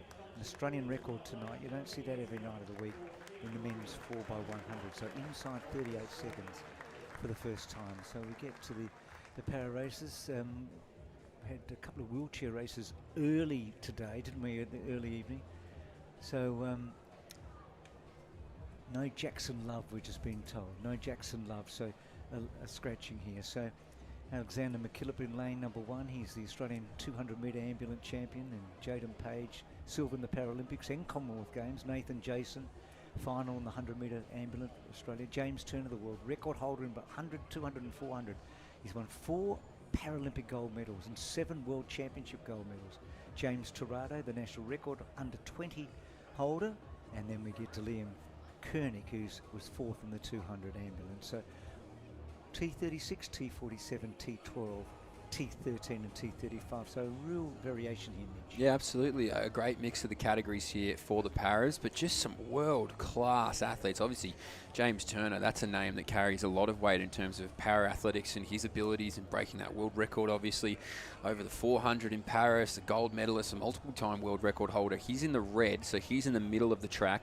Jaden Page, he's a sub-11 man, 10.9 for him. As you mentioned, he's a multiple-time medalist at world majors. He is blinding in the middle stages of his 100, so he gets out quick, but it's what he does over that acceleration phase that's also so impressive. So this will be interesting to see how all these guys go now. Obviously, if you're first time watching paras, this is all sort of adjudicated by all of our officials after the race because they're in so many different categories. So these guys will be looking to try and capitalise on time, capitalise on points, and set themselves up for a good year, a year that has the World Para Championships in it.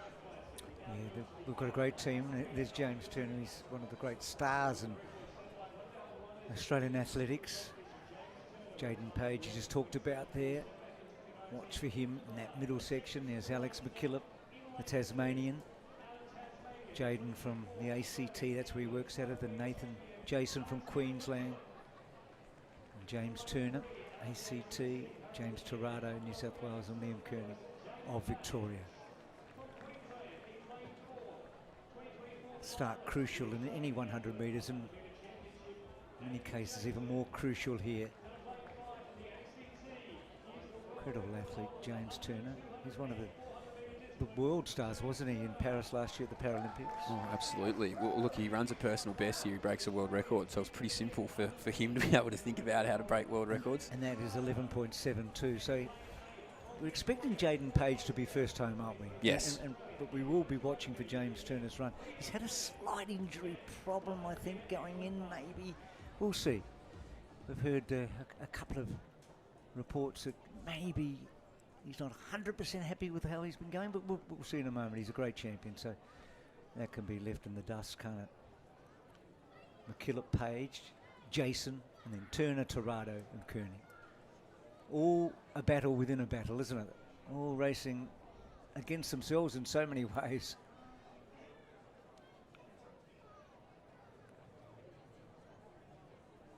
So watch for that red vest, and two from the right.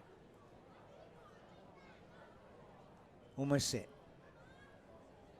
Away. So Page got out well. So did Jason. Turner just behind those. Now Page picking up. Trying to go with him is Jason. And out wide at Torrado having a good run. The times are all important here. Gee, Page was oh so strong, wasn't he? Going away from Torrado, Jason. And Turner just behind those. McKillop and Koenig.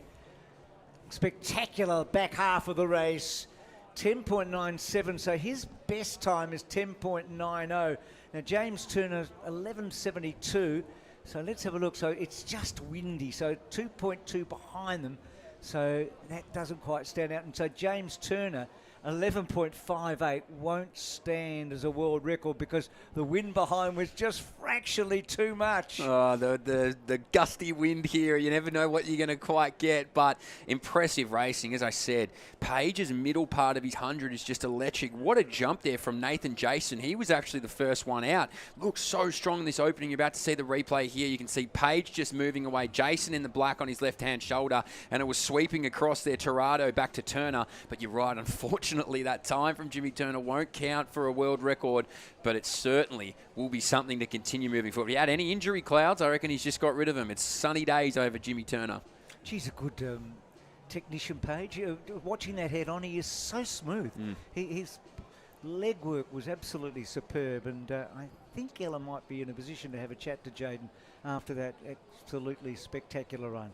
So 10.97, 11.34, 11.48, those percentages on the right. You can see that win reading, which denies James Turner his world record. So close, 2.2. You're looking for 2.0 and under is something legal, so he's only just fallen outside of it, unfortunately, there for Jimmy Turner. But you're right, Jaden Page, just such an efficient sprinter, is just really able to get into his work and continue to extend. He's under 11 again, 10.9 is his lifetime best, so he's really just outside of that. So there's a lot to be proud of here. So we can see Ella's got him. She's managed to get him away from all of his adoring fans as Jaden Page. Now that is a haircut if I've ever seen one, and I wish my mum would let me get that haircut, and I think my girlfriend would be upset too. Anyway, it looks like Ella's got Jaden Page there, and I'd love to know a bit more about the haircut if you can, Ella.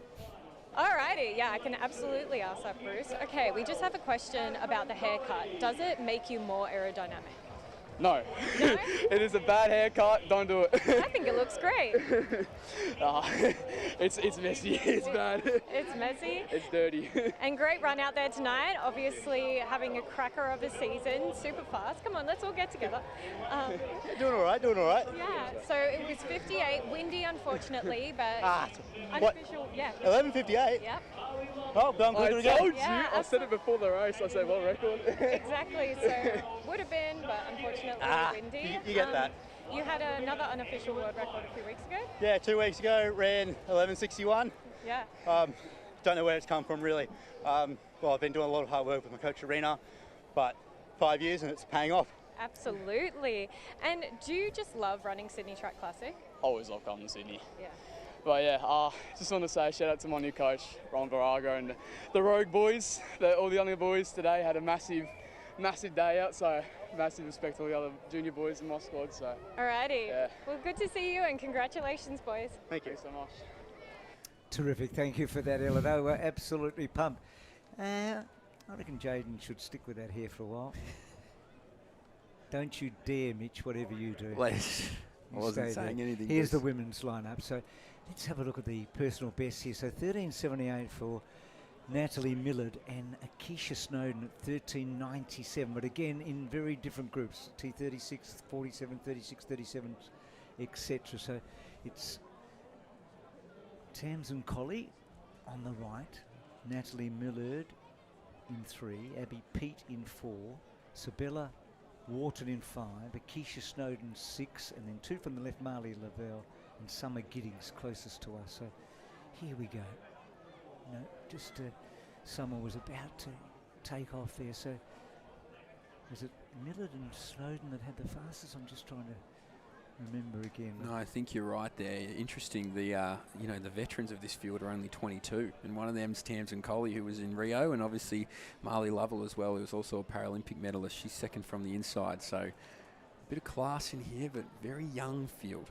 Yeah, Marley was third in Paris in the 200 metres and 5th in the 100. So away they go. And so Lovell is on the left, so right on the left now, but getting out quickly Millard. She was one of the favourites here. So Natalie Millard leading. Akeisha Snowden's coming through strongly, and then Marley Lovell behind those. Let's have a look at the time, around about 13.6, I think it is. So Millard over Snowden and Lovell. They were the top 3, and then behind them Colley and Pete, Wharton and Giddings. So Natalie Millard running up to her best time now.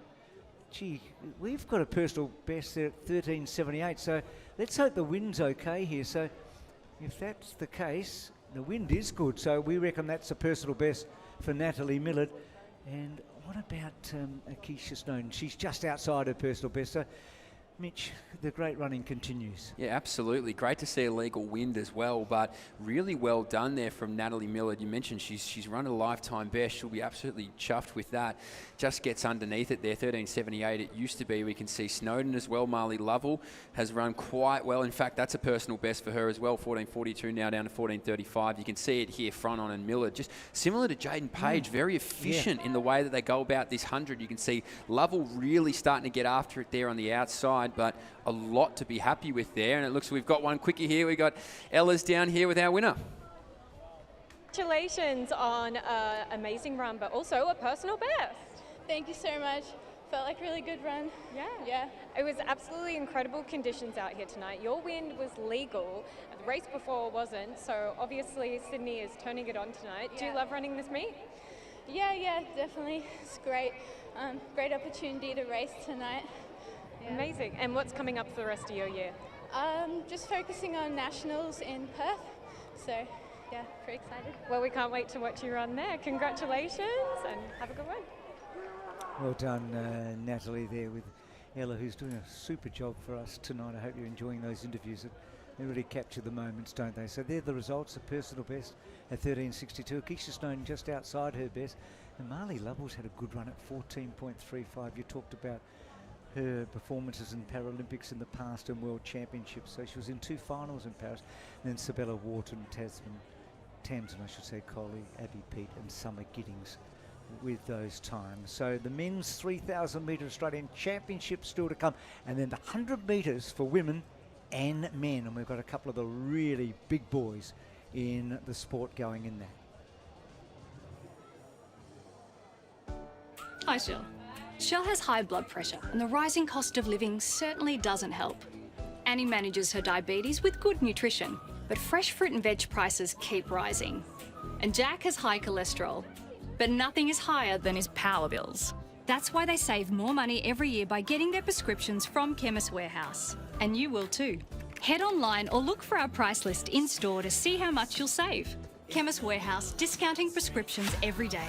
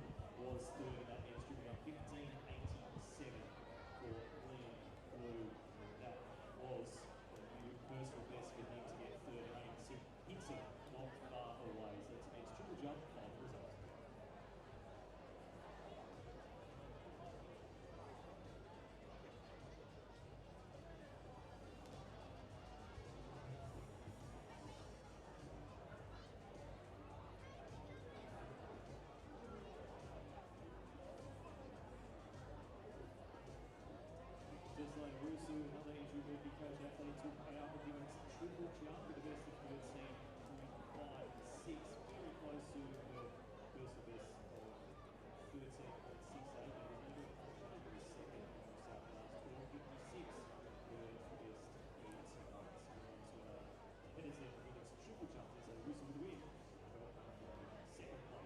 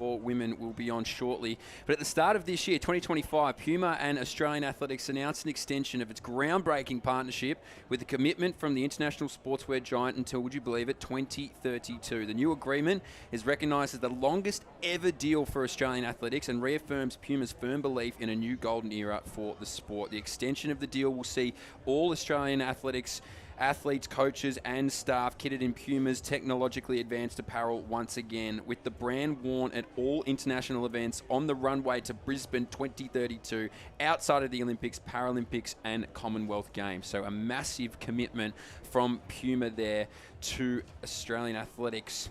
As you can see, our start list here for our women's 3,000 metres, a very strong field for this national championship, Bruce. It is Mitch, Georgia Griffith the favourite, Sarah Billings. They're both off to the World Indoor Championships to run in different distances. 800 metres for Sarah just shows you how versatile she is. And if you speak of versatility, then Georgia Griffith is the 1,000 metre and 3,000 metre Australian record holder. She broke the 1,000 metre Oceania record a couple of weeks ago. You were there watching that. And she took Jess Hull's 3,000 metre record in Oslo last year. So Davina Smith to do the pace work here. The favourites, Georgia Griffith, Sarah Billings, and then probably Morty Skyring, I think, behind them. Yeah, I would say so, Morty. She had a massive year last year as well. Obviously, wasn't quite capped off with the Olympics, but ran lifetime best just about across the board. So she's going to sit there in that third spot behind Izzy Thornton-Bott, who had a pretty great career over at the University of Oregon. She's now come back to Australia. They're going to sit nicely behind the pacemaker, Sarah Billings, who you said, going over next week to run the 800, will test herself over a 3K. Why not? I can't see too many others that would be doing that ahead of these World Indoors. Noticeably, Georgia Griffith sitting towards the rear of this field. She's just separated away. You can see her in the orange there towards the back. She's at the front of that gap being formed. Clearly just going to bide her time here and just wait and see what lays out ahead of her. But out in front, Thornton-Bott, back there from Skyring, and then it's going to go to Sarah Billings and Carafine Ryan, our steeplechaser. And Mitch through that first lap, around about 9-minute pace, so just slightly slower than they expected to be. Just quickly with Griffith and Billings. Griffith is in the top 10 800-metre runners we've got, 159.8. She's the fastest at 1,000. She's the third fastest at 1,500. She's the second fastest at 2,000 metres and the fastest at 3,000. That's Georgia. That's their range. And for Sarah, fifth at 800, fourth at 1,500. So you can see they are both multi-talented. They're both mature athletes, 28 and 27, and so's Morty at 27 years of age. All Victorians, they know each other well, don't they? Oh, they're all very, very well acquainted, particularly Sarah Billings and Georgia Griffith. They do just about everything together, those two. So they come all the way back through Box Hill Little Athletics Days, the pair of them. So they've been training down there at Hagnauer Reserve for a long time. They're now the MTC staples, but these two know each other incredibly well. Just speaks to the depth of talent we have at the moment. She's the 4th fastest ever, Sarah Billings, over the 1500 and just missed the Olympic team last year. So go figure that. An incredible depth that we have in this country at the moment. And you can see here, Bruce, this is championship racing now. They're not even interested in the pacemaker who's not on our screen. She's just about to come around to the commentary booth. She's that far ahead, but now they're all going to bunch up, and Georgia Griffith's little attempt to sit back and wait has paid off. Very interested in Cara Fane Ryan here. So she ran the fastest steeplechase by an Australian in Australia for 10 years when she ran 9:33 in Adelaide. Now, she doesn't have a super quick time here. She's run 9 minutes, .94, but I just felt coming from Adelaide that she's going to another level. So she's in second place now. Now she's leading with 6 laps to go. So Cara, her 2 fastest steeplechase times ever have come in championships. World Championships in the heat in Budapest, it was so hot. And Paris as well. She's a very good competitor. She's a great competitor. She's a World Uni Games champion as well, Cara Fane Ryan. You can see her out in front here. If you're going to learn how to steeplechase from anyone, you might as well let it be Jen Gregson. That's exactly who her guide is all through this now senior career of athletics. But you can see it's nicely bunched up. So what this now allows is those kickers in the field, the likes of the Sarah Billings that we've talked about that have that pedigree from 800 all the way up now, are just going to be sitting in this pack absolutely happy as Larry, because once this starts to stretch out, and I dare say it might be a Morty Skyring in that second place who will want to try and stretch this field out and go and get after her 8:40 lifetime best, as we can see that now. So there's the tap. So Cara Fane Ryan now just going to slowly but surely increase the pace, see who rolls along with them. She won't drop any of the class of this field, that's for sure. Some of these juniors now get a great opportunity to take a sit and see how long they can get dragged through. Clara Dess having a good run in 3rd place. She's had some personal bests so far. It's her birthday tomorrow, so she's a medical student. She's in 3rd place there. Thornton Bott just behind here. So we've got 2 runners in this race, Mitch, that have both broken 2 minutes for 800. Sarah Billings and Georgia Griffith. So if it comes to a kick, the other athletes know that they're going to be in trouble. They've also got the strength to go at the end of 3K, particularly Georgia, because we haven't had anyone as fast as her in history. So just under a mile to go. There are 1,500 metres to go now. So Skyring behind Fane Ryan, and then Holly Campbell just behind her. The Campbell sisters have been terrific. And then Dess behind her. Then Billings sitting there. And then Thornton Bott and Griffiths in a good spot. She's been so passive, hasn't she, Georgia, so far? So she's 4 from the back of that lead group, but she's so comfortable at the moment. Yeah, she is. That's a perfect way to describe it, Bruce. Just so comfortable. Like we said, she's just come off a national record for the 1,000. She started as an 800-metre runner. She ran the 800 at World Juniors, Georgia Griffith, so she's only stepped up in distance. So this suits her perfectly. Look at her move through now. She's just stalking off the back of Sarah Billings. That's what she's doing. She knows how Sarah Billings runs. She knows how fit Sarah Billings is. She's just on the back of Morty Skyring, and you can see Izzy Thornton Bott now is going to be at the point of that separation. Steph Kelly behind them as well. But look at this. It's just going to be Billings up on the shoulder of Skyring. Dess now just drops back ever so slightly. Griffith moves past her. It's just ramping up for a very good kick down over the closing kilometre. Still a way to go. So 3 laps to go, 1,200, but now they start to pick it up. So you'll see some gaps appear now, and they're starting before our very eyes. So the top 6 runners here have got away. So Fane Ryan's done most of the work. Campbell's a strong runner. We've seen her have some terrific 10Ks at the Zatopek. And then just behind them, Skyring. Griffith now as close as she's been. She's moved to 4th.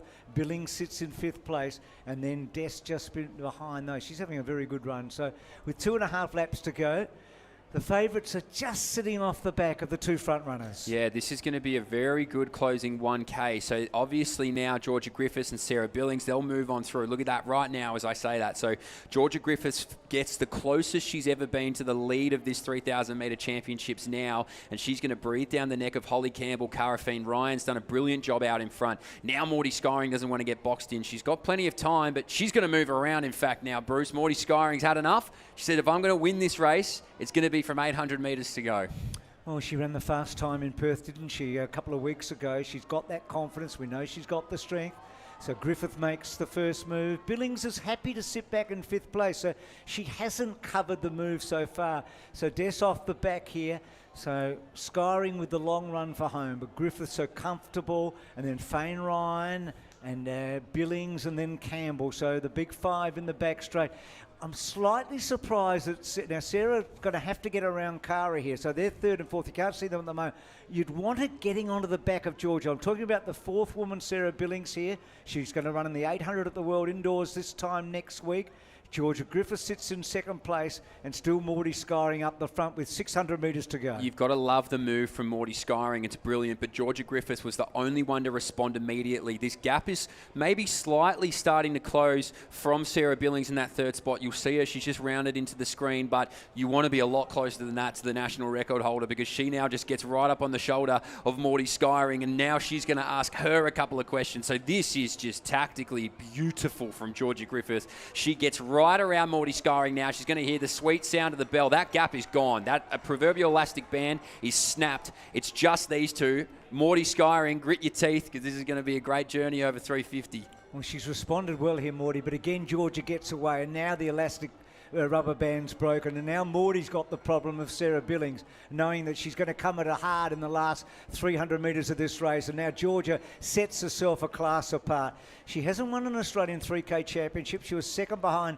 Jess Hale last year. Skyring back, 15 metres, I guess, and Billings is going to have a crack at her for 2nd, and then behind them Campbell and Fane Ryan, but Griffith in a world of her own, and Skyring looking as if she's comfortably holding on to 2nd place at the moment. I say comfortably, she's gritting her teeth, her lungs are bursting, but she's got a gap. So Georgia here, so the 1,000 metre Australian record holder and the 3,000 metre Australian record holder is about to become the national champion, and she continues to improve and continues to glow. It's a terrific run, a big kick down. That is a very fast last lap, by the way, super fast lap. Morty Skyring's had a really good run in 2nd place. She made the first move.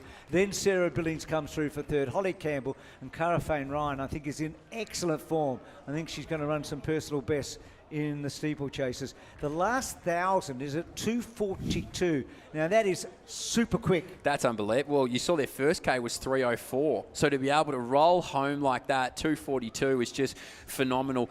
She is a super talent, Georgia Griffiths. I think for years that she's been relatively underrated in how many times she's performed for Australia on a global stage. She's a 2-time national record holder now. She claims that 3,000 metre national title. She's just getting better as she now enters towards the back end of her 20s, but that was a strong, dominant performance. Closing 2:42, that's going to raise a few eyebrows, I reckon. She's put her names up in lights there again.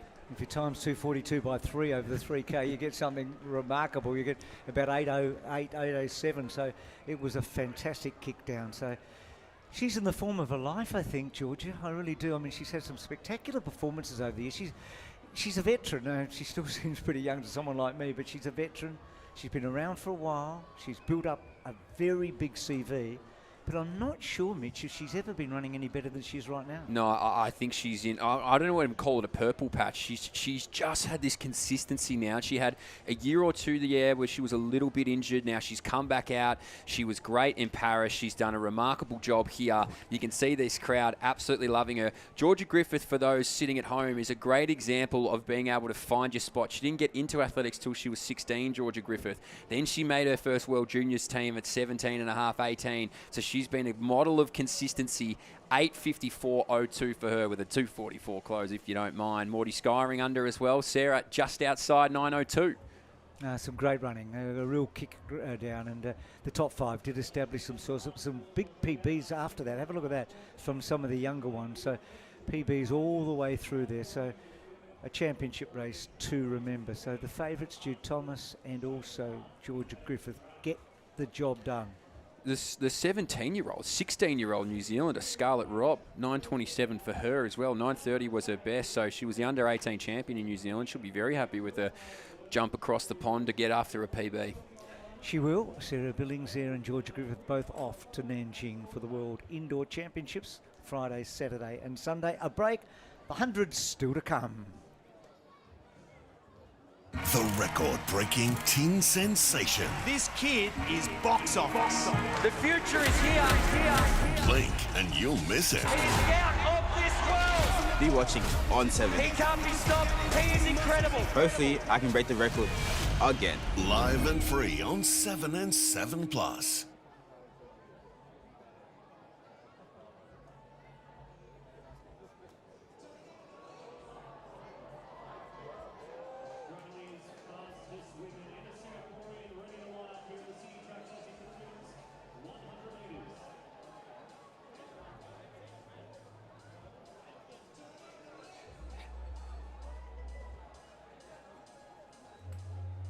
If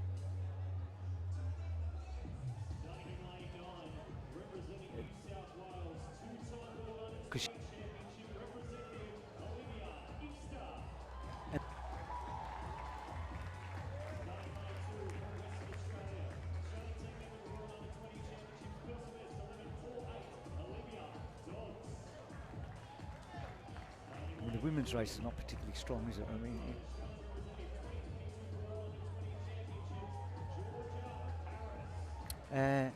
did she have a maroon top on?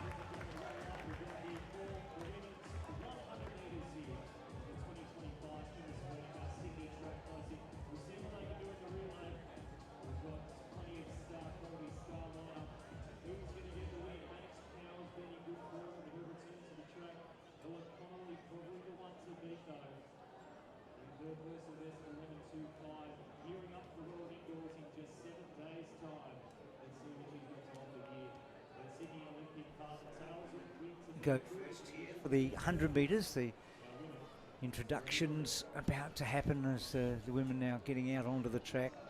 Ella Conley, really interesting here. We haven't seen a lot of her over the 100 metres so far this season. She stretched out to a 400 metre run at one stage.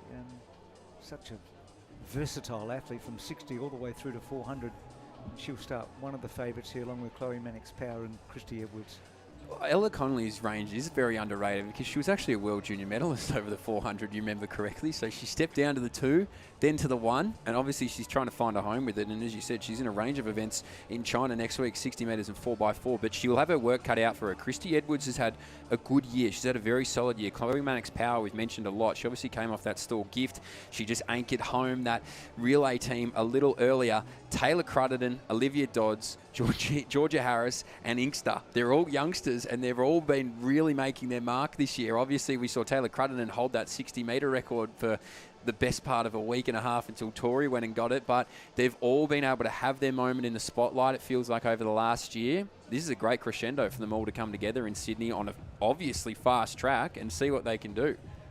It's been fast racing all night, so an opportunity. Olivia Dodds on the right there, the 18-year-old from Western Australia, real talent. Next to her, Georgia Harris, the 20-year-old in the black there from Queensland. And Christy Edwards, Mitch talking about her, 3 from the right.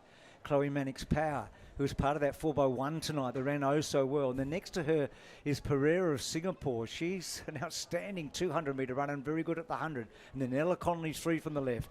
Taylor Crutterton is 2 from the left. And then Olivia Inkster on the top of screen now as we look. So it's hard to have a real confident favourite here. They should run quick. Let's see what happens. The women's 100 metres. Away. Edwards got a good start, so did Conley. Mannix-Power just behind them and Pereira. Dodds up there early. Edwards in front. Coming at her is Conley, but Edwards is clearly in front here from Mannix-Power and maybe Harris third. And it's very fast. It's oh so quick. The fastest in Australia this year is 11.23. and they've got oh so close to that. That's going to be a personal best. It gets out to 11.26. Christie's just run a personal best. Mannix Power, Chloe's had a really good run. That's a PB for her as well. And Georgia Harris at 11.46 equals her personal best. So some fantastic sprinting there, Mitch. That was phenomenal from Christy Edwards. That backstage, that final 30, you thought, oh, maybe we're going to see Ella Connolly or the likes of Mannix Power, Georgia Harris maybe get after her. But strength to strength, Edwards. She won that 200 metres only 2 weeks ago. She was second in the 100 in Adelaide, and now she gets a win here in Sydney. She's just building confidence, Christy Edwards. She's been a great staple of the relays, and now she's starting to assert herself as an individual sprinter here in Australia. She runs that bend in the relay oh so brilliantly, doesn't she? She's about to catch up with someone else who could run a bend, and Ella Nelson knows so well. They know each other, as you can see. Ella, that's just been a fantastic run, and Christie's run a personal best and towed a couple behind her to PBs as well. You absolutely crushed this race. You really took advantage of the amazing conditions tonight. Talk us through that first 40 metres, because you were gone. Yeah, I just really tried to, I've been working on my acceleration and really trying to hit back and kind of propel myself forward. So I feel like I was feeling good in the warm-up with that, so I was hoping to execute it in the race as well. Yeah, you can absolutely tell. And you're having a phenomenal season so far. What is the rest of the season looking like for you? I'm hoping to make the World Relays team, and hopefully we can qualify for World Champs in September, and then yeah, we'll see hopefully some racing in Europe because I love it, and yeah. Absolutely. And so you moved back to Sydney in 2023. So is tonight kind of a home track advantage, do you think? A little bit. We train in this facility most of the week, so it's nice to be home and have family out here watching, and yeah, all the support's awesome. Do you want to give them a wave real quick?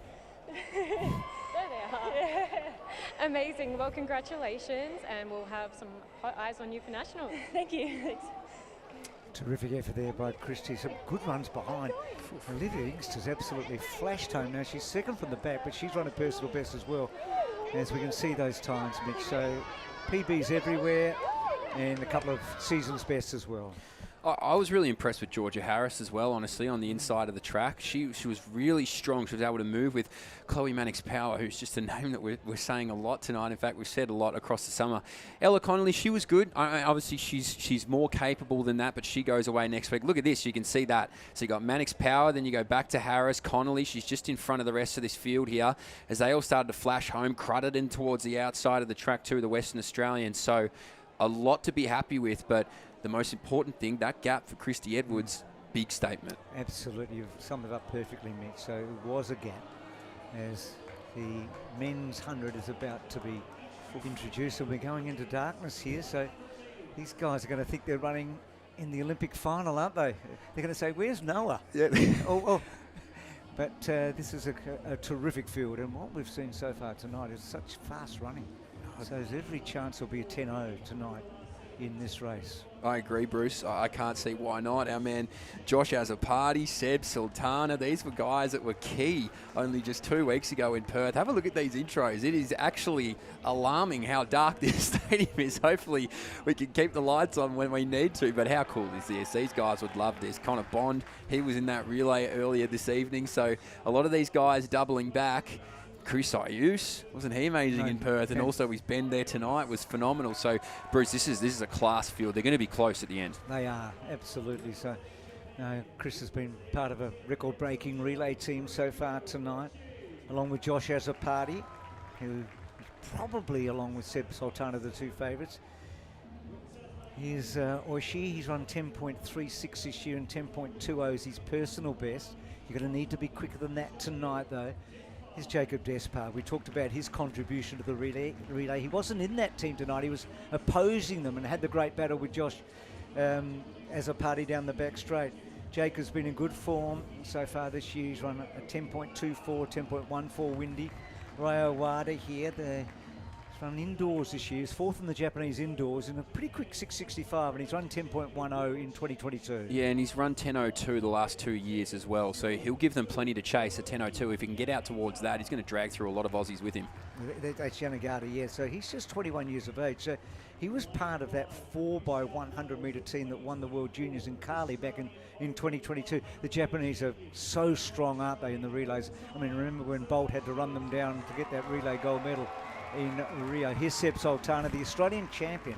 Forget that sometimes, but as a kid, basically, he won the Australian Championship in Adelaide, and I think tonight he could break his personal best of 10.11, which he set in Perth 2 weeks ago. I completely agree. Home crowd for him as well. Another man who absolutely loves racing in Sydney, one of New South Wales' finest here in Josh Azzopardi. He was just ahead of Seb Sultana over in Perth, 10.09. These guys rewrote the record books of what we've seen top 10 all time in Australia. They love going against each other. I heard Seb the next day, he said, I've got a bit more. I've got a bit more in me. So here's his chance. 2 weeks later, home crowd. This will be a great way to end the night. So there's the lineup, remembering that Lockie Kennedy led off tonight, the 4x1. He sits this one out. Rowan Browning's won 10.12 in Queensland today. Gout has run 10.38 and won the under-20 championship in Queensland. So the depth is really something to behold at the moment. So Sultana, Azzopardi, the two favourites. Jackson's interesting because you talk to anybody who's had anything to do with the relay squad and they tell you that Prince Jackson is somebody who's really caught the eye. Absolutely. Well, before this summer, his best was 10.65. So he's come down to a 10.3. He was really good in that relay earlier tonight. It'll be interesting to see what he can do in and amongst a really quality field. But you're right. The two favourites here would have to be Azzopardi and Sultana. It'll be interesting to see what Yanagita can do there as well. The Japanese athlete second. Well, from the outside of the track, he'll be second closest to you on your screens. It's all going to come down to the start. You can see him there. He's just come out of the blocks as a party in those flashing colours of the blue on blue. So, you know, we mentioned it last week. It wasn't Lockie Kennedy's greatest start, but Seb Sultana was quick out of the blocks. That's what got him to that 10.11. I think we're around the 10.05 here tonight. I reckon that's well and truly on the cards. If we can keep that win legal, keep it out of the plus 2.0 and above, this will be great. Gee, Jackson's a beast, isn't he? Have a look at him. He's fourth from the right as a party about to go along. So look at those quads on him. He's a bit like Kennedy. He's so powerful, isn't he, Jackson? Yeah, he's got a bit of size to him, Prince Jackson. He is certainly throwing a bit of weight around in the weight room, so he'll be very confident as he stares down. I love watching what everyone's last 10 seconds or so is before they get in the blocks. There's a lot of slapping. Sometimes there's a lot of talking, but Prince Jackson is visualizing. His eyes are down the track, so's Azzopardi. Sultana hasn't looked down it yet, so these guys all together is exciting, but I reckon the youngster could be his night tonight. Sultana. So he's right in the middle of the Australian champion. So Bond on the left, Yanagita next to him, Despard, Wada, Sultana, Jackson, Azzopardi, Ayus, and Ushi. So the favourite probably... It's equal, I think, between Azzopardi, who ran 10.09, and Sultana, who ran 10.11 a fortnight ago in Perth. He's a great racer, Azzopardi, as well. He's very consistent. He's going to give him everything to chase. He's the last one in the blocks. Fingers down, ready to rip. So we catch our breath here on what's been a magnificent night of athletics. Let's see if we can finish with a big crescendo here. As the party gets himself set alongside Jackson and Sultana, and we're just about ready to go. Men's 100 metres. Away. Got a good start, Sultana. I reckon Azzopardi just beat him out. Going hard, Wada early and Yanagita out wide. Azzopardi clearly in front though. Sultana comes at him, but Josh celebrated before the line, and it's 10.0. And let's have a look. No, it's windy, unfortunately. It's 2.4 behind them.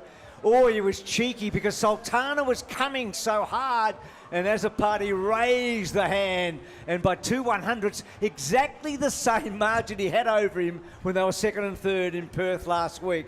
It was some race. Unfortunately, it's slightly windy, just slightly windy, so it doesn't hold up for personal best. But Mitch, I think it's almost a certainty that in the next few weeks, not one, but a couple more blokes are going to run under 10 seconds in Australia. It's gone, Bruce, isn't it? It's gone. You can never say anything with certainty, but you can certainly say it with confidence. 10:06 for As a Party. You're right. The flare, the streamers are out for the party, man. He was looking around. Arms are out. He said, how do you like that one, Sebi? They're consistent. 0.02 away from each other again. 10:06, 10:08. He'll be absolutely chuffed with that. Josh As a Party. Look at this. We're going to watch the start here. He's on the right-hand side. So Seb just gets him out there, Bruce, but this middle phase from Josh As a Party, just phenomenal. I love Sultana's run here because he was back in third place and now he starts to pick up. And this is where As a Party gets really cheeky because Sultana's had him here. Look, he has a good long lick and he says, no, you're not going to get me. I've got 2/100ths of a second on you. And over the line he goes. Ella, that was a confident run by a man who's in the form of his life.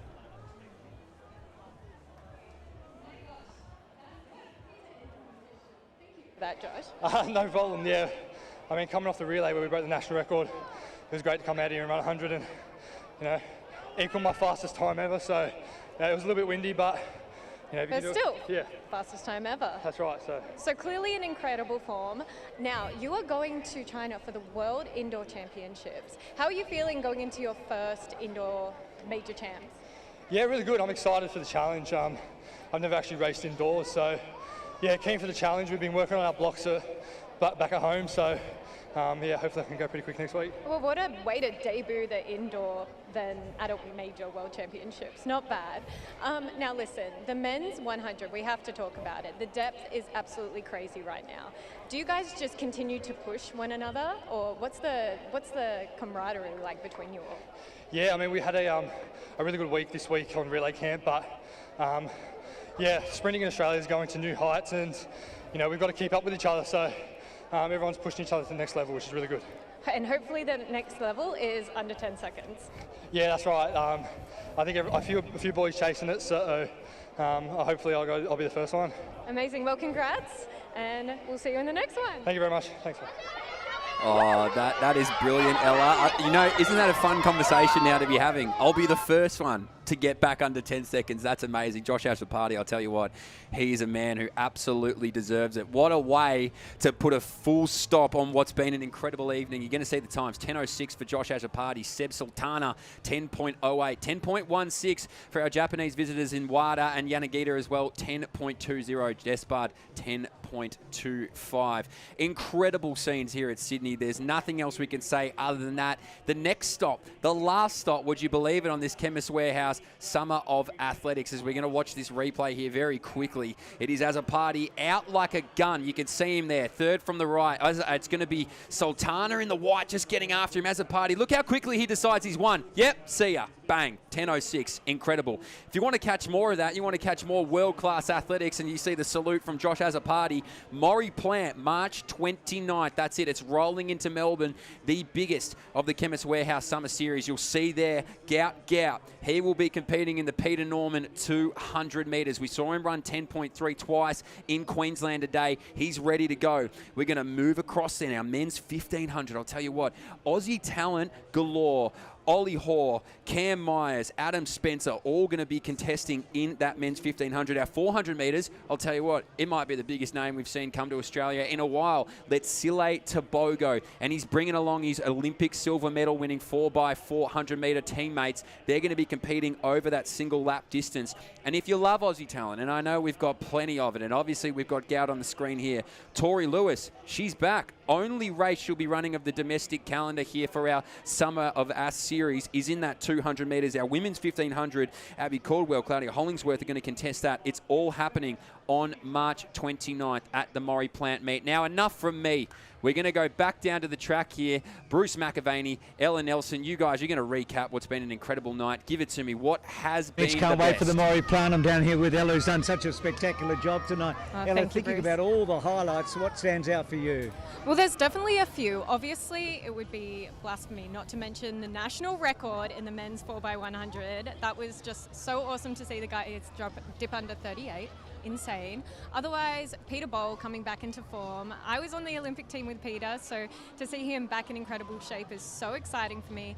And you know what? Watching Sarah Carley kick off the meet in such class, and she was so happy with the time, so they're definitely my highlights. What about you? Oh, there were so many of them, and all of those, I thought Claudia Hollingsworth as well was great in the 800 metres. Both the 100 metre races were spectacular. The para races were great. Some good field events, Mackenzie Little and also Connor Murphy were outstanding. And that women's 400 metres was spectacular. Ella, you've got a good future in this game. You're a great runner and you're a very good interviewer. We've had a terrific night, haven't we? Thank you so much for having me. And yeah, I mean, the conditions were perfect. The commentary was great. We did well. Hope you enjoyed it at home. So the Chemist Warehouse Summer Series concludes with the Murray Farm meet, and then we've got the Masters after that, but it's going to be spectacular in Melbourne in a fortnight's time, just like it was in Sydney tonight.